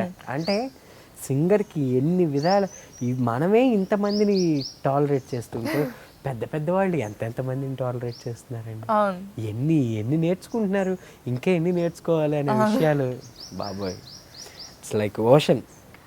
మణి గారి యుఎస్ షోస్ అన్ని చాలా డిఫరెంట్ గా, ఒక కాన్సర్ట్ అంటే ఆహా అనిపించేలా ఉంటాయి. అయ్యే బాబోయ్. అంటే కీరవాణి గారి ఒక్కొక్కరికి ఒక్కొక్క స్టైల్. మణిశర్మ గారి దాంట్లో అంటే ఎస్పెషల్లీ నేను కీరవాణి గారి దాంట్లో వెళ్ళలేదు ఎప్పుడు, నాకు తెలీదు. మణిశర్మ గారి షోస్ గురించి నేను చెప్పాలి అంటే ఫుల్ ఎనర్జెటిక్ షో అండి. ఎనర్జీ, ఆయన పాటల్లోనే ఒక విధమైన ఇదే ఉంటుంది, మనం ఏది ఎక్స్ట్రాగా యాడ్ చేయాల్సిన అవసరం. అసలు పాడాలని చూసే వాళ్ళకి గూస్ బంప్స్ వస్తాయి, పాడేవాళ్ళు ఏమండి నిజంగా ఓ పాడడం ఎంత హాయిగా మాకే తెలుస్తుందండి ఆ హ్యాపీనెస్. ఎవరు రియల్ హ్యాపీనెస్ అక్కడ ఉండే సింగర్స్కే ఆ హ్యాపీనెస్ ఉంటుంది. తర్వాత తిట్లు ఎలాగా ఉంటాయి అనుకుంటారు వేరే విషయం. కానీ ఆ ప్రెజెంట్ స్టేజ్ మీద పాడుతున్నప్పుడు, ప్రెజెంటేషన్ ఇస్తున్నప్పుడు ఉండే ఫీల్ అంటే అంటే మాటల్లో చెప్పడానికి సాధ్యపడదు, అంత అంత బాగుంటుంది నిజంగా. అంటే ఇంతమంది సింగర్, ఓకే అందరం సింగర్స్ నించోలి, అందరం లైన్ గా నించో, అంటే మనం ఒక్కొక్కడు వచ్చి పాడాలి లేవు, అందరు నించోవాలి, అన్ని పాటలకు అందరు నించోవాలి. ఇంకా అబ్బా అసలు గ్యాప్ ఉండదండి, గ్యాప్ అనేది ఉండదు. మాటలు అస్సలు మాట్లాడరు, ఈ పాట ఇది మాట్లాడడం లేవు, కంటిన్యూస్ గా.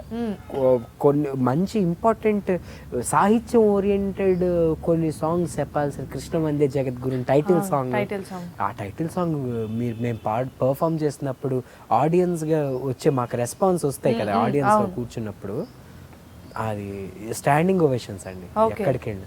ఎందుకు అంటే ఆ పాట సాహిత్యం వాల్యూ అంతది, ఎక్సలెంట్ సాంగ్స్ అవి. అలా ఒక 3-4 పాటలు జస్ట్ ఇట్లానే ఇప్పుడు మీరు ఎలా పాడతారో అలా క్లబ్ చేస్తూ జస్ట్ 2 lines ఆఫ్ పల్లవి మణిగారి పాటలే. యా తప్పకుండా ఆయన పాటలు పాడమండి అవుతాడు, బోల్డ్ పాటలు. ఫస్ట్ నా ఇంట్రో సాంగ్ వచ్చేసి సరే మామగరే సస సనిద పస రమదానిగా పసా సనిద పమగ పమరే యమహానగరి కలకత్తా పురి యమహానగరి కలకత్తా పురి నమహోహుగిలి హౌరావారధి చిరుత్యాగరాజు నీ కృతేనే పలికెను మరి చిరుత్యాగరాజు నీ కృతేనే పలికెను మరి చిరుత్యాగరాజు నీ కృతేనే పలికెను మరి యమహానగరి కలకత్తా పురి మధుర మధుర తర మీనాక్షి కంచి పట్టున కామాక్షి మహిమి మహిమగల మీనాక్షి కాశీలో విశాలాక్షి జాజి మల్లెలా ఘుమ ఘుమలా జావళి లేత సిగ్గుల సరిగమల జావిలి అమ్మ మీనాక్షి ఇది నీ మీనాక్షి వరముల చిలక స్వరములు చిలక కరమున చిలక కలదాన హిమగిరి చిలక శివగిరి చిలక మమతలు చిలక దిగిరావా మధుర మధుర తర మీనాక్షి కంచి పట్టున కామాక్షి మహిని మహిమగల మీనాక్షి కాశీలో విశాలాక్షి. ఇదోట. నెక్స్ట్ కొత్త సాంగ్స్లో వచ్చేసి మేము పాడేవి ఆయన మ్యూజిక్లో ఎస్పెషల్లీ చెప్పాలంటే అంటే అప్పట్లో ఆయన చేసిన మెలడీస్ మాస్ మెలోడీస్ ఇప్పుడు ఎలాంటి ఉంటాయంటానండి, అక్కడ మనం చెప్పలేమన్నమాట. ఏం మన్మద మన్మద మామపుత్రుడా, ఇంద్రుడే చంద్రుడే కన్ను కట్టరా అని కొన్నిట్లో, సదాశివ సన్యాసి తాపసి కైలాసవసి అని పాదముద్రలే మోసి నిన్ను ఈ పాటలు ఉంటాయి.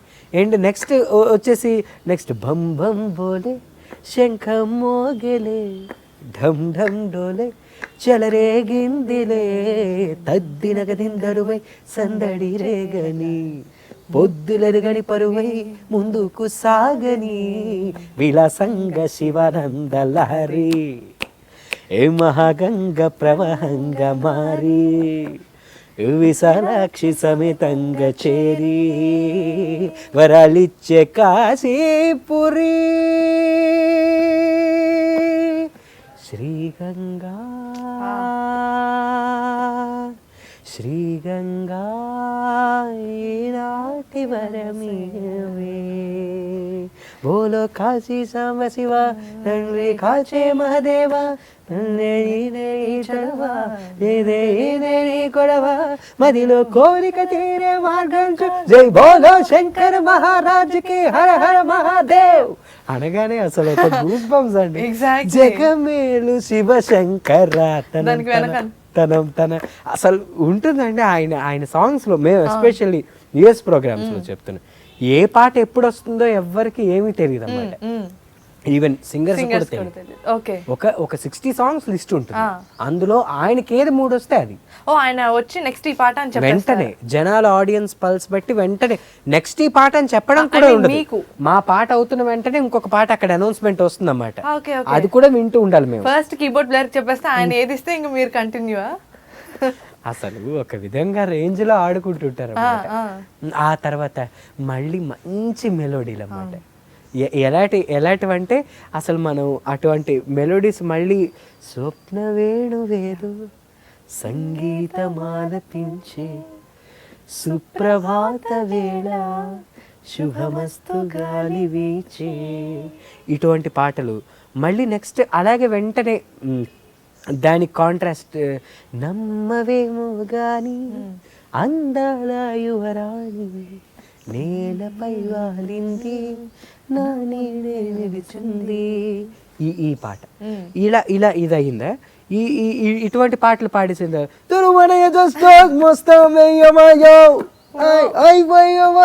గంగో తరము తరే గంగో ఇది పాడతావా. మళ్ళీ ఇటు ముట్టుకుంటే తప్పు లేదే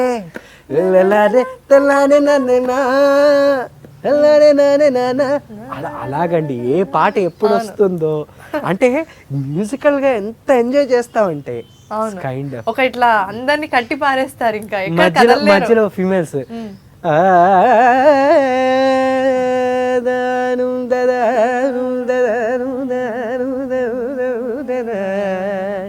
ఇది స్టార్ట్ అసలు అంటే involving such a kind of all into one రో అన్నట్టు ఉంటుంది అన్నమాట. అంటే డిఫరెంట్ అటు వెస్ట్ అండ్ ఇటు రాక్ క్లాసికల్ మళ్ళీ మెలోడీ ఇవి మళ్ళీ కొత్తవి. చలిగాలి చూద్దు గిలిగిల్త పెడుతున్నది ఇది ఇలా రన్ అవుతూ ఉంటాయండి. అసలు మనం చెప్పలేము అన్నమాట ఆ డిఫరెంట్ మ్యూజిక్స్. అండ్ ఆయన షేర్ చేసుకుంటున్న ఎన్ని విషయాలండి. ఒక యుఎస్ టూర్ ఫర్ ఎగ్జాంపుల్ తీసుకుంటే ఎంతో మంది లెజెండ్స్ ని కలుస్తూ ఉంటామండి. మనో గారు కానీ లేకపోతే కలిసి పాడే ఛాన్సెస్ మనో గారితో కానీ, మన చిత్ర గారితో కానీ, సునీత గారితో కానీ, లేకపోతే కల్పన గారితో కానీ వీళ్ళందరితో పాడుతున్నప్పుడు వాళ్ళందరూ మణి గారితో మేమందరం ప్రోగ్రామ్ అయిపోయాక మాది ఒక గ్రూప్ ఫామ్ అవుతుంది అన్నమాట. అయిపోయిన ఆనందంలో ఒక గ్రూప్ కొన్ని రోజులు గ్యాప్ ఉంటుందిగా యుఎస్ లో. ఇంకా మాటలండి ఒక్కొక్క మ్యూజిక్ డైరెక్టర్ గురించి, ఒక్కొక్క సింగర్ గురించి, ఎస్టాబ్లిష్డ్ సింగర్స్ గురించి మాట్లాడతారు. లైఫ్లో అలాంటివి వినలేమండి. మొహమ్మద్ రఫీ గారిని తీసుకుంటే ఏడ్చేస్తుంటారు మణిశర్మ గారు. ఓకే. అంటే ఆయన పాటలు కొన్ని వింటూ ఉంటే కూడా మాకు కూడా అలా అలా అందులోకి దింపేస్తూ ఉంటారు మమ్మల్ని కూడా. ఆయన 24 గంటలు మ్యూజిక్లోనే ఉంటారండి, వాళ్ళు ట్రావెల్ చేస్తూ ఉంటారు. అలా ఏమైనా చెప్తూ అలాంటి విశేషాలు చెప్తూ పాటలు ఇచ్చి ఈ పాట నేర్చుకో, ఈ పాట బాగుంటుంది చాలా చాలా పాటలు అలాగా. ఎస్పెషల్లీ నేను హిందీలో ఇప్పుడు నేర్చుకున్నది ఇవ్వండి, ఏదది మన యేసుదాస్ గారి సాంగ్స్ కానీ, యేసుదాస్ గారు హిందీలో పాడిన సాంగ్స్ ఎస్పెషల్లీ ఆయనకి బాగా నచ్చేవి జగదీష్ జలే కానీ.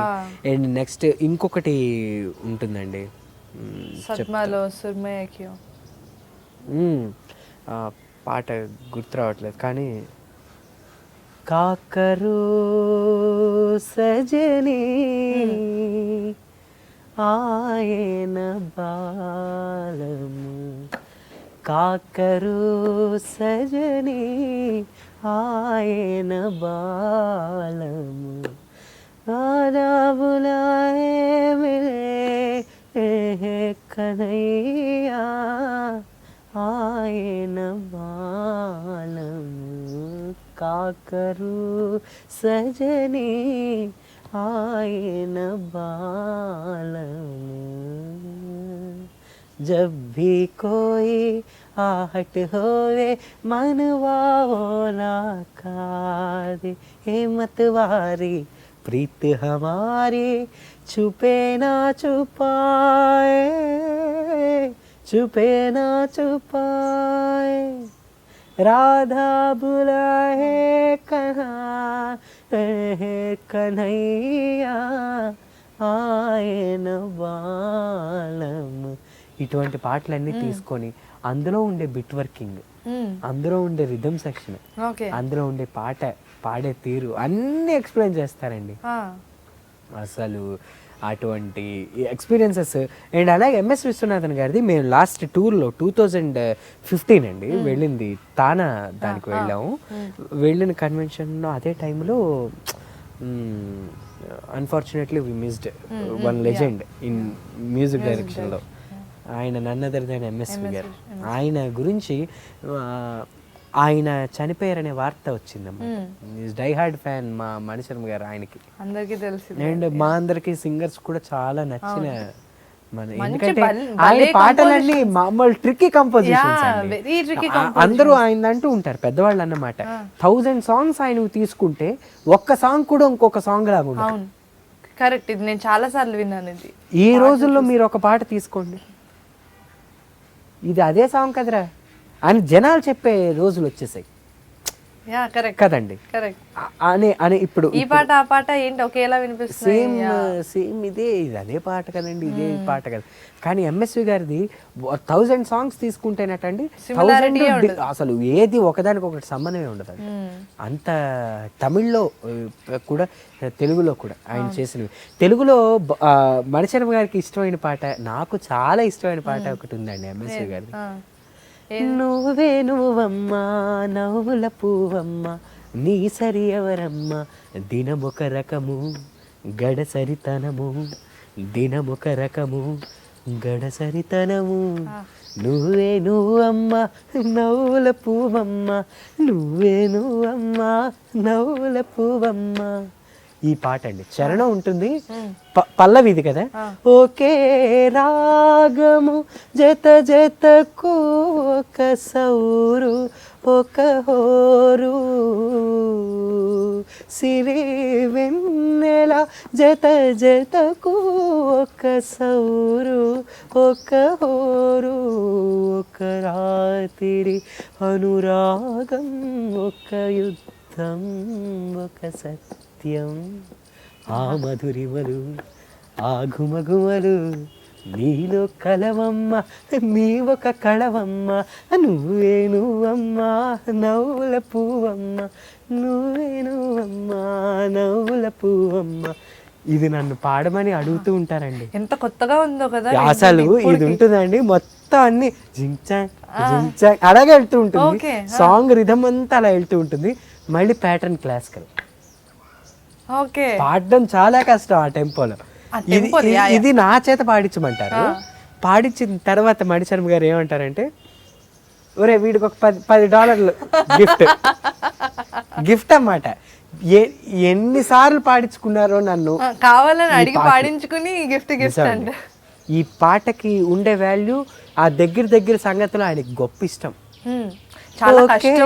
రాగము జత జతకు ఒక సౌరు ఒక ఊరు సిరి వెన్నెల తరినానా తరినానా తరినానా. అంతే, వెరీ క్లియర్. అండ్ దెన్ అసలు మైన్యూట్ థింగ్స్ అన్నమాట ఆయనకి, అవి విపరీతమైన ఇష్టం. అలాగే ఆయన కంపోజ్ చేసిన ఎంఎస్వి గారు తమిళ్లో కంపోజ్ చేశారండి, నాకు తెలియదు ఈ మధ్య. ఎనకొరు కాదలి இருக்கின்றாள் அவள் 7 ஸ்வரங்களில் சிரிக்கின்றாள். கீதம் அவளது வளையோசை, நாதம் அவளது தமிழோசை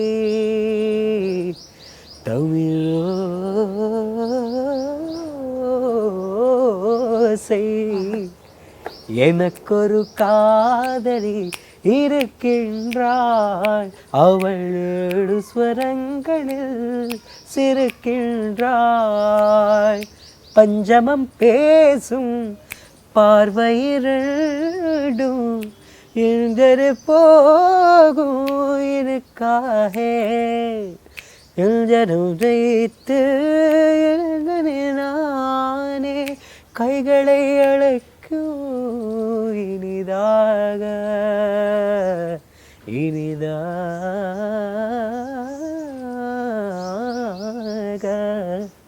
అసలు ఈ పాట బాలు గారు ఎంఎస్వి గారు పాడారండి. మరి చెప్పకండి, కంపోజిషన్ ఉంటుంది అసలు. ఇవన్నీ మేము నిజంగా మాకు ఎవరికి తెలియదండి. అంటే తమిళ్లో ఉండే మ్యూజిక్స్ మనకు అంత టచ్ ఉండవు, పాతవి. కొత్తవైతే ఓకే, ఆ పాతవి వీళ్ళందరి ద్వారా చెప్తూ వాళ్ళందరూ ఏడ్చేస్తూ ఉంటారండి.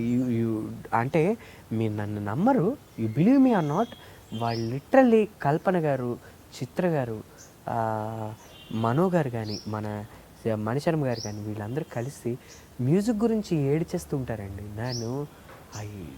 నాకు అది కొంచెం ఏంటి వీళ్ళు మ్యూజిక్ మీద ఏంటి ప్యాషన్, ఏంటి ఇంట్రెస్ట్ అని నాకు అనిపిస్తూ ఉండేది, డౌట్ ఉండేది. తర్వాత ఆ పాట మీద ప్రేమ పెరిగిన తర్వాత మనం ఆ పాట పాడుతున్నప్పుడే వీవర్ లైక్ సో ఎమోషనల్ అన్నమాట. లిరిక్లు కూడా గుర్తురావు, అంత ఎమోషనల్ అయిపోతుంటాం. దాన్ని అతిగా ప్రేమించేస్తే ఇంకా అది వెరీ ఎమోషనల్, అది తట్టుకోలేమండి. యాజ్ ఎ సింగర్ గా అసలు తట్టుకోలే ఛాన్స్లే లేవు. అండ్ బేసిక్ గా singers are very sensitive and then ప్రతిదానికి కనెక్ట్ అయిపోతూ ఉంటారు. వాటికి మాత్రం అసలు నాకు మణిశర్మ గారు వాళ్ళు అలా ఏడ్చేస్తూ ఉంటే, కల్పన గారు ఒకసారి బర్స్ట్ అయిపోయారండి.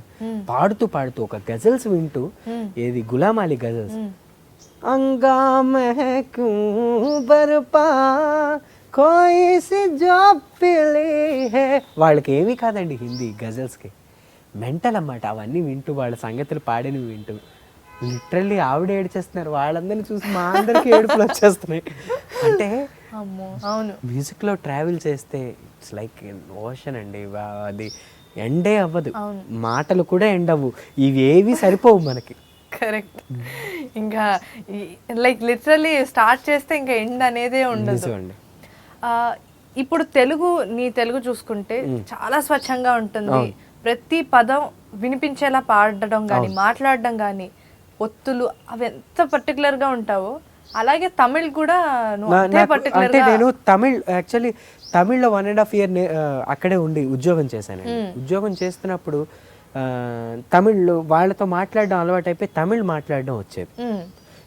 సో వాళ్ళతో అలా ఉండి కొన్ని తమిళ్ సాంగ్స్ అర్థాలు కూడా తెలుసుకునేవాడిని. సో వాటి మీద తమిళ్ పాటలు కూడా పాడుతుండేవాడిని అక్కడ.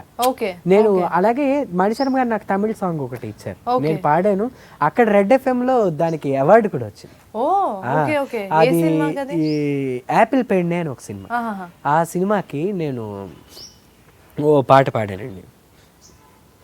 ஒரு போதும் முன்னே காதல் வருமா, நீயும் சொல்லிவிடு நான் தள்ளிப்போனா காதல் வருமா நீயும் சொல்లివిడు ఈ పాట అన్నమాట. ఈ పాట నేను పాడుతుంటే డైలాగ్స్, ఫీమేల్ డైలాగ్స్. ఓకే, ఆడచ్చా పోయా అలా డైలాగ్స్. నాన్ తల్లి పోనా కాదల్ వరుమా నీయం సొల్లివిడు. పాట అంతా ఇలాగే ఉంటుందండి, ఎంత సాఫ్ట్గా ఉంటుందో. చాలా ఎక్స్ట్రాడినరీ మీనింగ్స్. అంటే నేను నిన్ను విడిచి ఉండలేను అని మగవాడు అంటుంటే వెళ్ళవయ్యా అని మా అమ్మాయి, అలా ఒక టీజింగ్ సాంగ్ అన్నమాట. చాలా బాగుంటుంది. ఆ పాట నాకు ఇచ్చారు తమిళ్లో. అండ్ కన్నడలో కూడా నన్ను పాడించారు మణిశర్మ గారు. కన్నడలో కన్నడ ఓన్లీ పాటల వరకే. కన్నడ బాగా చాలా మంచి పాట అది. ధమ్ ధమ్ ధమరుక దింద ಶುರುವಾಯಿತು ಜಗಮೆಲ್ಲ ಓಂಕಾರ ತೈ ತೈ ಕಣುತ ಕುಣಿವ ಬಾರ ಅಷ್ಟಾಂಗ ಯೋಗ ಸಂಯೋಗ ಅಷ್ಟ ದಿಕ್ಕುಗಳ ಸಹಯೋಗ ಅಷ್ಟವೈಭವಕು ಶಿವನೇನೇ ಮೂಲ ಅಂಡಪಿಂಡ ಬ್ರಹ್ಮಾಂಡಗಳ ಆಗು ಹೋಗು ತೀರ್ಮಾನಗಳ ಮಾನ ಕಾದು ಕರುಣಿಸುವೆ ಭೂಪಾಲ ಭೂಲೋಗಯು ನಿನ್ನಯು ಕಾಲೋ ಮುಕ್ಕಣ್ಣ ಭೂಲೋಗಯು ನಿನ್ನಯು ಕಾಲೋ ಮುಕ್ಕಣ್ಣ భూలోగయ నిన్నై కాలో బసవన్న. ఫిల్మ్ సాంగ్ ఏది అది మన హీరో ఆయన పేరేంటి, మన ఉపేంద్ర గారి సినిమా శివం అని కన్నడ పాట. రీసెంట్గా 2015లో రిలీజ్ అయిన సినిమా. ఆ సినిమాలో ఫస్ట్ సాంగ్, ఓపెనింగ్ సాంగ్ ఇది శివుడి మీద. ఇది తెలుగులో కూడా డబ్ చేసి తెలుగులో కూడా నా చేత శివ గణేష్ గారు, లిరిసిస్ట్ శివ గణేష్ గారు, అంటే రెహమాన్ గారి పాటలు రాసిన లిరిసిస్ట్ ఆయన శివ గణేష్ గారు. ఆయన తెలుగులో నా చేత పాడించారు ఇదే పాటని. ఇది కన్నడలో నేను కారుణ్య కలిసి పాడిన పాట, తెలుగులో నేను ఒక్కడే పాడిన. సో అలా కూడా నాకు అవకాశాలు ఇచ్చారు మణిశర్మ గారు. అంటే కన్నడలో అలాగే ఇంతకు ముందు కూడా కన్నడలో పాడి ఉన్నాను. అంటే మణిశర్మ గారి కన్నా ముందు కన్నడలో పాటలు పాడి ఉన్నాను. గోపి వర్మ అని ఒక మ్యూజిక్ డైరెక్టర్. ఆ సినిమా జనవరి 1 బిడుగదే, సినిమా పేరు జనవరి 1 బిడుగదే అనే సినిమాలో ఒక సోలో సాంగ్ పాడాను నేను. అది వైది ప్రోగ్రామింగ్ చేసిన పాట. అండ్ ఆ పాట కూడా చాలా మంచి రెస్పాన్స్ వచ్చింది, పాడాను. అండ్ తమిళ్లో కూడా ఒక 2 సినిమాల్లో పాడాను, బట్ అంత ఫెమిలియర్ కాదు. మ్యూజిక్ డైరెక్టర్స్ కూడా పాడించారు. మల్టీ లాంగ్వేజెస్ లో పాడడం అనేది పాడాను ఎక్స్పీరియన్స్ ఉంది. అది ఎప్పుడు హిందీ మూవీస్ లో ఎప్పుడు ట్రై చేయాలి అనిపించలేదు? హిందీ మూవీ నా డ్రీమ్, హిందీ మూవీలో పాడాలనే ఉందండి. ఎందుకంటే నాకు ఇష్టమైన మ్యూజిక్స్ అందులో చాలా ఉన్నాయి. అంటే సూఫీ నాకు ఎక్కువ ఇష్టం అన్నమాట. అటువంటి అవన్నీ నేర్చుకోవడం ఎలా కుదిరింది? అంటే వినికిడి వల్ల బాగా నచ్చి ఇదేంటో ఎక్స్ప్లోర్ చేయడం అంతేనండి. సూఫీ సింగింగ్ మాత్రం ఎస్పెషల్లీ మోలా మేరే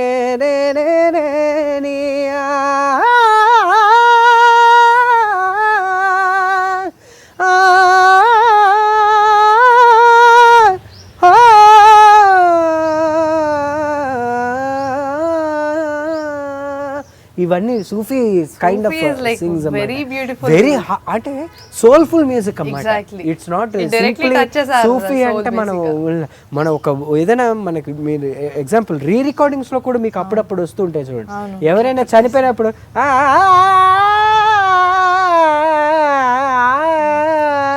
అని వస్తుంటాయి ఆలాప్లు.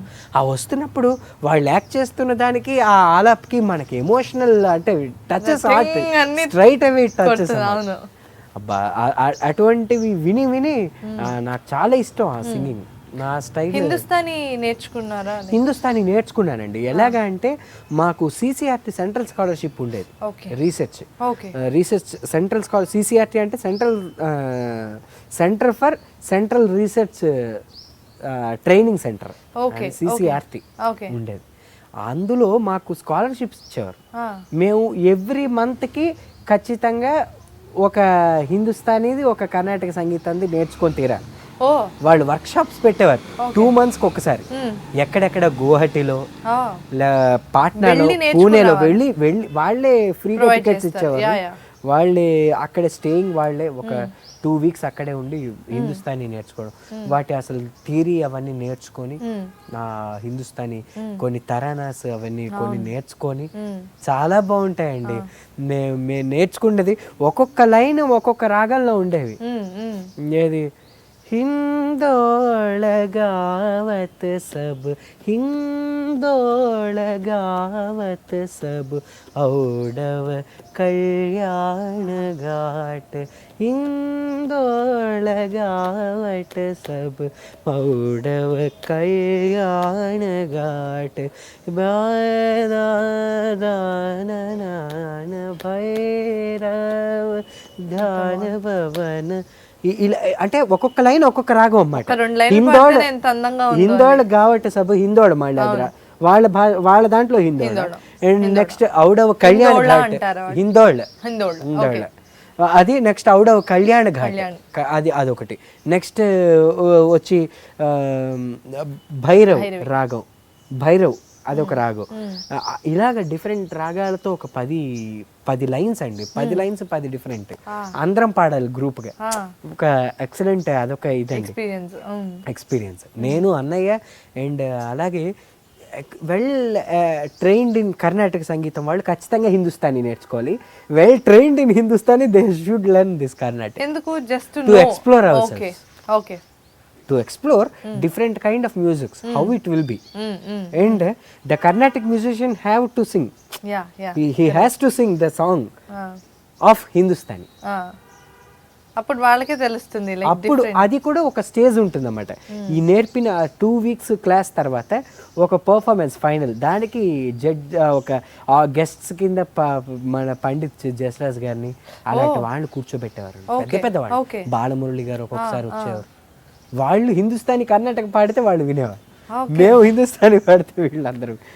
సో లైక్ ఒక అద్భుతమైన అవకాశం గవర్నమెంట్ ద్వారా, సెంట్రల్ గవర్నమెంట్ కండక్ట్ చేసే ట్రైనింగ్ ఇప్పుడు కూడా ఉన్నాయి. ఆఫ్ కోర్స్ మ్యూజిక్ గురించి ఇప్పుడు మీలా కంప్లీట్గా నేర్చుకున్న వాళ్ళతో మాట్లాడాలంటే ఒక్కొక్క జానర్లో కూడా ఎక్స్ప్లోర్ చేసుకుంటూ ప్రతిదీ డిఫరెంట్గా ట్రై చేస్తూ, ఏమైనా సరే పాటలు ఎందుకు మీకు ఛాన్సెస్ ఏమైనా రావట్లేదని ఎవరైనా అడిగితే ఆన్సర్ ఇవ్వడానికి రెడీగా ఉన్నట్టుగా మొత్తం ఏది అడిగితే అది పాడేలా నేర్చుకుని రెడీ అని కాదండి. Chances is quite different to, అంటే ఇప్పుడు కానీ మన పబ్లిక్ చూసుకుంటే అంటే జనరల్గా అందరినీ మనం లైక్ ఆన్సర్ ఇవ్వక్కర్లేదు చెప్పాలంటే, బట్ చాలా మంది తెలియని వాళ్ళకి, దాని గురించి నాలెడ్జ్ లేని వాళ్ళు ఏమంటారంటే, ఓ మీరు పాడతారా అంటే సినిమాలో పాడలే, ఇలాంటివి జనరల్గా ఈ సోషల్ మీడియా వల్ల ఈ మధ్య కాలంలో చాలా ఎక్కువ అయిపోయింది.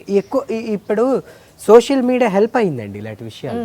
ఓకే, ఒక విధంగా చెప్పాలంటే సోషల్ మీడియా హెల్ప్ అయింది. ఎందుకంటే ఎవరు టాలెంటెడ్ కాదు ఓన్లీ వెలికి తీస్తుంది సోషల్ మీడియా ఒక్కటే. కరెక్ట్. సో ఇప్పుడు నన్ను వచ్చి ఐ డ్రీమ్ వాళ్ళు మనకు చేయాల్సిన అవసరం లేదండి నా ఇంటర్వ్యూ. కానీ నేను నాలో ఉండే టాలెంట్ గుర్తించి మన ఐ డ్రీమ్ వాళ్ళు మనకి ఈ విధమైన ఇంటర్వ్యూ కల్పించే అవకాశం ఇచ్చారు. అది ఎందుకు నేను ఎన్ని సినిమాలు పాడానో, లేకపోతే నేను ఎన్ని వేల పాటలు సినిమాల్లో నేను పనిచేశానో కాదు, నాకుండే స్కిల్. అలాగే నా ఫ్రెండ్స్ అందరినీ పిలిపించి ఇక్కడ ఇంటర్వ్యూ చేయిస్తారు. సో దాంట్లో ఏంటి అర్థం అంటే, రేపొద్దున్న జనాలందరూ ఇది విని ఎవరు ఏ స్థానాల్లో ఉన్నారో వాళ్ళకి అర్థమవుతుంది. సంగీతం యొక్క విలువ తెలియడానికే కోసం, కానీ ఎన్ని ఛాన్సెస్ ఎవరికి వస్తున్నాయి అనే విషయాన్ని తెలుసుకునేటట్లు మనము చిత్రించట్లేదు, వాళ్ళకే అర్థం అవుతుంది. ఏ విషయం వాళ్ళకి రీచ్ అవ్వాలో ఆ విషయం అర్థమవుతుంది చాలు. దానికోసమే కదా మనం పోరాటం అంతా. వాళ్ళకంటే వీళ్ళకి టాలెంట్ ఉన్నా కూడా ఈ రోజుల్లో ఎందుకు అవకాశాలు రావట్లేదు అనే విషయం వచ్చిందనుకోండి, ఒక విషయం ఎవరైనా చర్చించుకున్నారనుకోండి, talent is quite different than getting an opportunity. Correct. Or ఈ ఛాన్సెస్ సినిమాల్లో రావడం ఇట్స్ కైండ్ ఆఫ్, అంటే డిఫరెంట్ మైండ్స్ ఒక సినిమాని నిర్మించడానికి కానీ ఒక సినిమాని తీయడానికి కానీ పట్టేటండి. That is not involving of lot of things into it. అంటే ఒకళ్ళకి మన పాట నచ్చచ్చు, ఇంకొకళ్ళకి మన పాట నచ్చకపోవచ్చు. చాలా సందర్భాల్లో చాలా మంది డైరెక్టర్లు వాళ్ళకి నచ్చిన పాటను ఉంచుదామని చాలా కుతూహలం పడి ఉంచే ప్రయత్నం చేస్తారు, కానీ కొన్ని సందర్భాల్లో అవి వర్కౌట్ కావు. అవి ఖచ్చితంగా ఇది నీదే ఉంచాలనుకున్నాను రా, ఏం చేస్తాను, వేరే వాళ్ళకి ఇవ్వాల్సి వస్తుంది అని అనే ఛాన్సెస్ ఉన్నాయి. లేదండి ఇది ఈ పాటని మనం కానీ మన ఆష్కి 2 పాడిన ఆయనకి ఇస్తే చాలా బాగుంటుందండి అంటారు. బాగానే ఉంటుంది అఫ్ కోర్స్, వాళ్ళకి ఆష్కి 2 కాదు, కరెక్ట్, మనకి ఆష్కి 2 వస్తే అది హిట్ అయితే అది అర్థం చేసుకునే వాళ్ళు, తెలుసుకునే వాళ్ళు మ్యూజిక్ డైరెక్టర్స్ ఉంటారు, కానీ ఈ డైరెక్టర్స్ ప్రొడ్యూసర్స్ ఉండరు. వాళ్ళ పెద్ద బడ్జెట్ ఫిలిం అనుకోండి, పెద్దవాళ్ళనే పాడిస్తారు, చిన్నవాళ్ళకి అవకాశాలు రావు. ఆల్రెడీ చిన్నవాడు ఏదైనా సినిమాలో పాడి హిట్ అయిపోతే వాడు పెద్దవాడికి. అది రోజుల్లో సిచ్యువేషన్. కాబట్టి chances is quite different than talented. So దాన్ని ఛాన్సెస్ బేస్ చేసుకొని బతకూడదు. అలా బతికి బట్ట కట్టిన వాడు ఈ రోజుల్లో ఎవడు సింగర్గా పేరు పొందలేదు. ఛాన్సెస్ గురించి ఎవ్వరు ఆలోచించాలి, టాలెంట్ని ఇంప్రూవ్ చేసుకుందాం అని ఆలోచించే ఈ రోజు పెద్ద సింగర్స్ అవుతున్నారు. కరెక్ట్. ఇప్పటి రోజుల్లో లైక్ ప్రెసెంట్ ట్రెండ్ సాంగ్స్ చూసుకుంటే మొత్తం ఆటోట్యూన్డ్ సాంగ్స్ వస్తున్నాయి. అది చాలామంది మ్యూజిక్ కంపోజర్స్ని అడిగితే వాళ్ళు ఏం చెప్తారంటే, నువ్వు శృతిలో పాడు, ఆటోట్యూన్ ఉండదు కదా కొంతమంది చెప్తారు.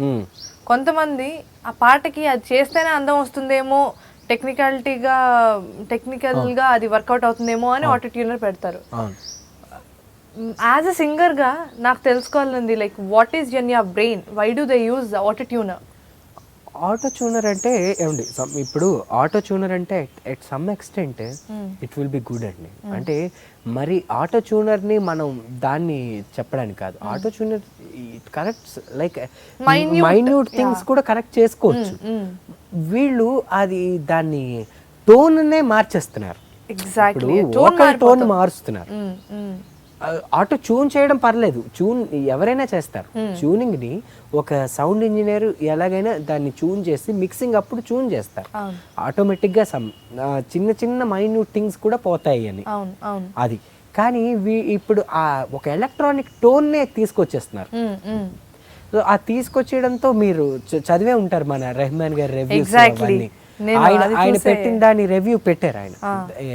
ఎందుకు అలా వేరే సింగర్ని మీరు ఎందుకు అలా చేస్తున్నారు, ఆ సింగర్ని పాడించండి వాళ్ళు ఇంకొకసారి పాడకపోతే, లేకపోతే ఎందుకు మీరు ఆటో ట్యూనర్ పెడుతున్నారు. అటువంటి పెద్దవాళ్ళు చెప్పే గైడ్ లైన్సే ఫాలో అయితే మంచిదండి, కరెక్ట్గా దాన్ని ఫాలో అవ్వాలి. ఏ ఆటో ట్యూన్ ఎక్కడ చేయాలో అక్కడే చేయాలి, దేనికి అవసరమో. ఇప్పుడు రోబో సినిమా చేస్తున్నారు అనుకోండి, దానికి ఖచ్చితంగా ఆటో ట్యూన్ అవసరం. ఆ సౌండింగ్ కోసం కావాలి కదా. ఇప్పుడు ఒక మిషన్ పాడుతుంది అనుకోండి, మిషన్ యాక్ట్ చేస్తుందంటే మిషన్ యాక్ట్ చేస్తున్నట్టే ఉండాలి. అవును, రోబో రోబో అందరి మన మీద దానికి యాడ్ చేసిన అర్థం ఉంది. అవును, ఒక హీరో ఒక సల్మాన్ ఖాన్ ఏదో మామూలు ఒక సినిమాలో దాన్ని యాడ్ చేస్తుంటే అసహ్యంగా ఉంటుంది కదండి ఆ ఆటో ట్యూనర్ షోల్లో అలా. కానీ అది ఇప్పుడు ఒక ట్రెండ్ అయిపోయింది. ఎగ్జాక్ట్లీ, ట్రెండ్ అయిపోయింది. ఒకళ్ళు చేస్తున్నారు, వీడు చేయకపోతే పాపం వీడు మంచి మ్యూజిక్ డైరెక్షన్ కాదేమో, వీడు మంచి మ్యూజిక్ డైరెక్టర్ కాదేమో అనే ఫీల్ వచ్చేస్తుంది. సో దానికి అది నెగిటివ్ ఇంప్రెషన్ డైరెక్టర్స్కి పడిపోయింది. ఫస్ట్ విన్న ఆడియన్స్ కూడా విని విని విని ఆడియన్స్కి బోర్ కొడుతుంది ఈ రోజులు. అందుకే ఇప్పుడు మీరు మళ్ళీ చూడండి, మళ్ళీ ఇప్పుడు లేటెస్ట్ వచ్చే ఆల్బమ్స్ లో మనకి ఆటో ట్యూన్ ఇప్పుడు కొంచెం తగ్గుతోంది, మెల్లగా వెనక్కి వెళ్తుంది. అది మన అందరం హ్యాపీగా ఫీల్ అయ్యాల్సిన విషయం. ఇప్పుడు మీరు గమనించండి, మన ఇప్పుడు కీరవాణి గారు వీళ్ళు చేస్తున్న ఉండదు. అవును, ఇప్పుడు వచ్చే ప్రెసెంట్ ట్రెండ్స్ వాళ్ళు కూడా చేసే అంత స్కోప్ లేదండి వాళ్ళకి. వీళ్ళకి ఎక్కడండి అంత ఇది, వాళ్ళకి ఫ్రీడమ్ ఇస్తున్నారు. మొత్తం వచ్చి ఈ పాటను తీసుకొని డైరెక్టర్ వచ్చి ఈ పాటే మాకు కావాలండి కరెక్ట్ కొట్టియండి అని చెప్తున్నారు. అలాంటి వాళ్ళు వచ్చేసారు. ఈవెన్ మీరు ఆడియో రిలీజెస్ లో మ్యూజిక్ డైరెక్టర్ మాట్లాడే మాటలు మీరు వినండి, it will be like more hurting. Audio releases లో అసలు music director hero, then it comes to heroes. కానీ మ్యూజిక్ డైరెక్టర్కి ఎవరు వాల్యూ ఇస్తున్నారండి? ఎవ్వరు ఇవ్వట్లేదు. సింగర్స్కి వాల్యూ ఎలాగా లేదు ఆడియో రిలీజ్లో, అది వేరే విషయం. ఇప్పుడు మనం అంతా ఓపెన్గా మాట్లాడుకుంటాం. యా మ్యూజిక్ డైరెక్టర్కి కూడా వాల్యూ ఇవ్వట్లేదు. అందుకే సమ్ ఫిలిమ్స్కి కొంతమంది పెద్దవాళ్ళు మ్యూజిక్ డైరెక్టర్స్ వెళ్ళట్లేదు ఆడియో రిలీజెస్కి, వాళ్ళే చేసుకోమని పంపించేస్తున్నారు. అలా అయిపోయింది, మ్యూజిక్ వాల్యూ తగ్గుతోంది. సో ఈ మధ్య మళ్ళీ పెరుగుతోంది, again it's coming into good form, అంటే సైకిల్ తిరుగుతోంది కాబట్టి హ్యాపీ, వీఆర్ ఫీలింగ్ హ్యాపీ. చాలా మాట్లాడుకున్నావు, ఇంకా నేను అలా అడుగుతుంటే చాలా మాట్లాడడానికి మాట్లాడచ్చు. నేను ఇంట్రొడక్షన్లో చెప్పినట్టుగా ఎంత అద్భుతంగా పాడతావో అంతకంటే అద్భుతంగా వైలిన్ కూడా ప్లే చేస్తావని చెప్పాను కాబట్టి పాడేవు, నువ్వు పాడిన పాటలు పాడేవు, నీకు నచ్చిన పాటలు కూడా పాడేవు. సో అలాగే ఆ వైలిన్లో కూడా తప్పకుండా అండి. ఇప్పుడు నాకు చాలా ఇష్టమైన కీర్తన కృష్ణ నీ బేగని ప్లే చేయవా ప్లీజ్? తప్పకుండా.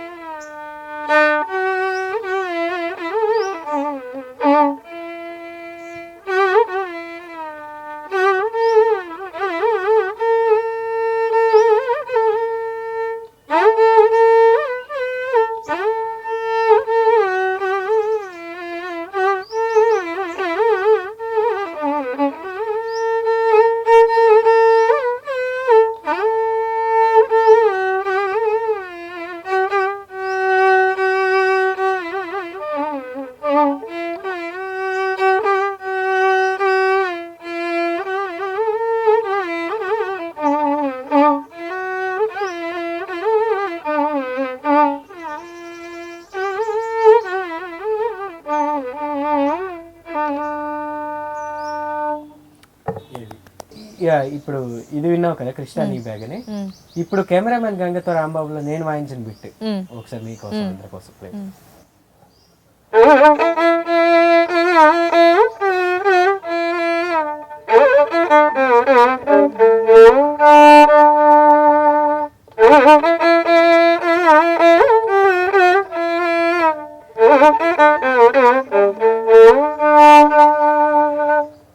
ఇది అండ్ నెక్స్ట్ అలాగే మన మర్యాద రామన్లో నేను బిట్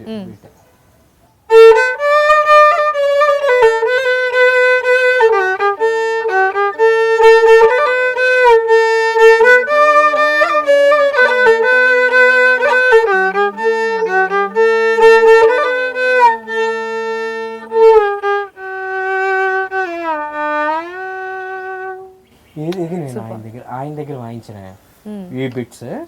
అండ్ ఈ సినిమా నెక్స్ట్ నేను ఆయన యుఎస్ షోస్కి వెళ్తాను కదా మణిగారి షోస్కి.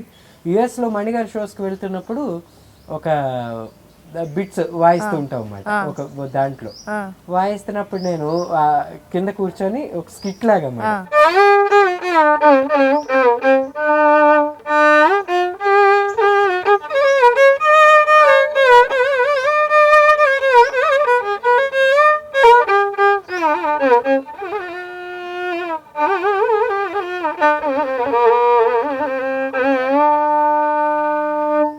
ఈ బిట్ వాయిస్తాను, వాయించిన బట్ట అక్కడ స్టార్ట్. సో అలా కంటిన్యూటీ ఒక ఫన్ అండి, ఏవో చెప్పడం థాట్స్ అన్ని మారిపోతుంటాయి. అది ఇంకా అసలు ఓన్లీ నాకు అలా వైలిన్ వోకల్ కూడా ప్రెజెంట్ చేస్తూ ఉంటాయి యుఎస్ లో. అండ్ సినిమాల్లో ఇప్పుడు ప్రెసెంట్ సినిమాల్లో అన్నిట్లో కూడా వాయిస్తున్నాను హ్యాపీగా. అనూప్ గారి దాంట్లో వాయించాను, ఇప్పుడు ప్రెసెంట్ తమన్ గారి దాంట్లో వాయించాను, అందరి దాంట్లో అండి. ఐఎమ్ వెరీ హ్యాపీ నీతో పాడించడం కాకుండా వైలిన్ కూడా వెరీ హ్యాపీ. ఇంత మంచి ఆపర్చునిటీ ఇచ్చారు. సో మరొకసారి ఐ డ్రీమ్ వాళ్ళందరికీ కూడా థ్యాంక్ యూ వెరీ మచ్ అండి. Thank you Pavan, thank you so much. Watch my exclusive interview on I dream media and please subscribe to it.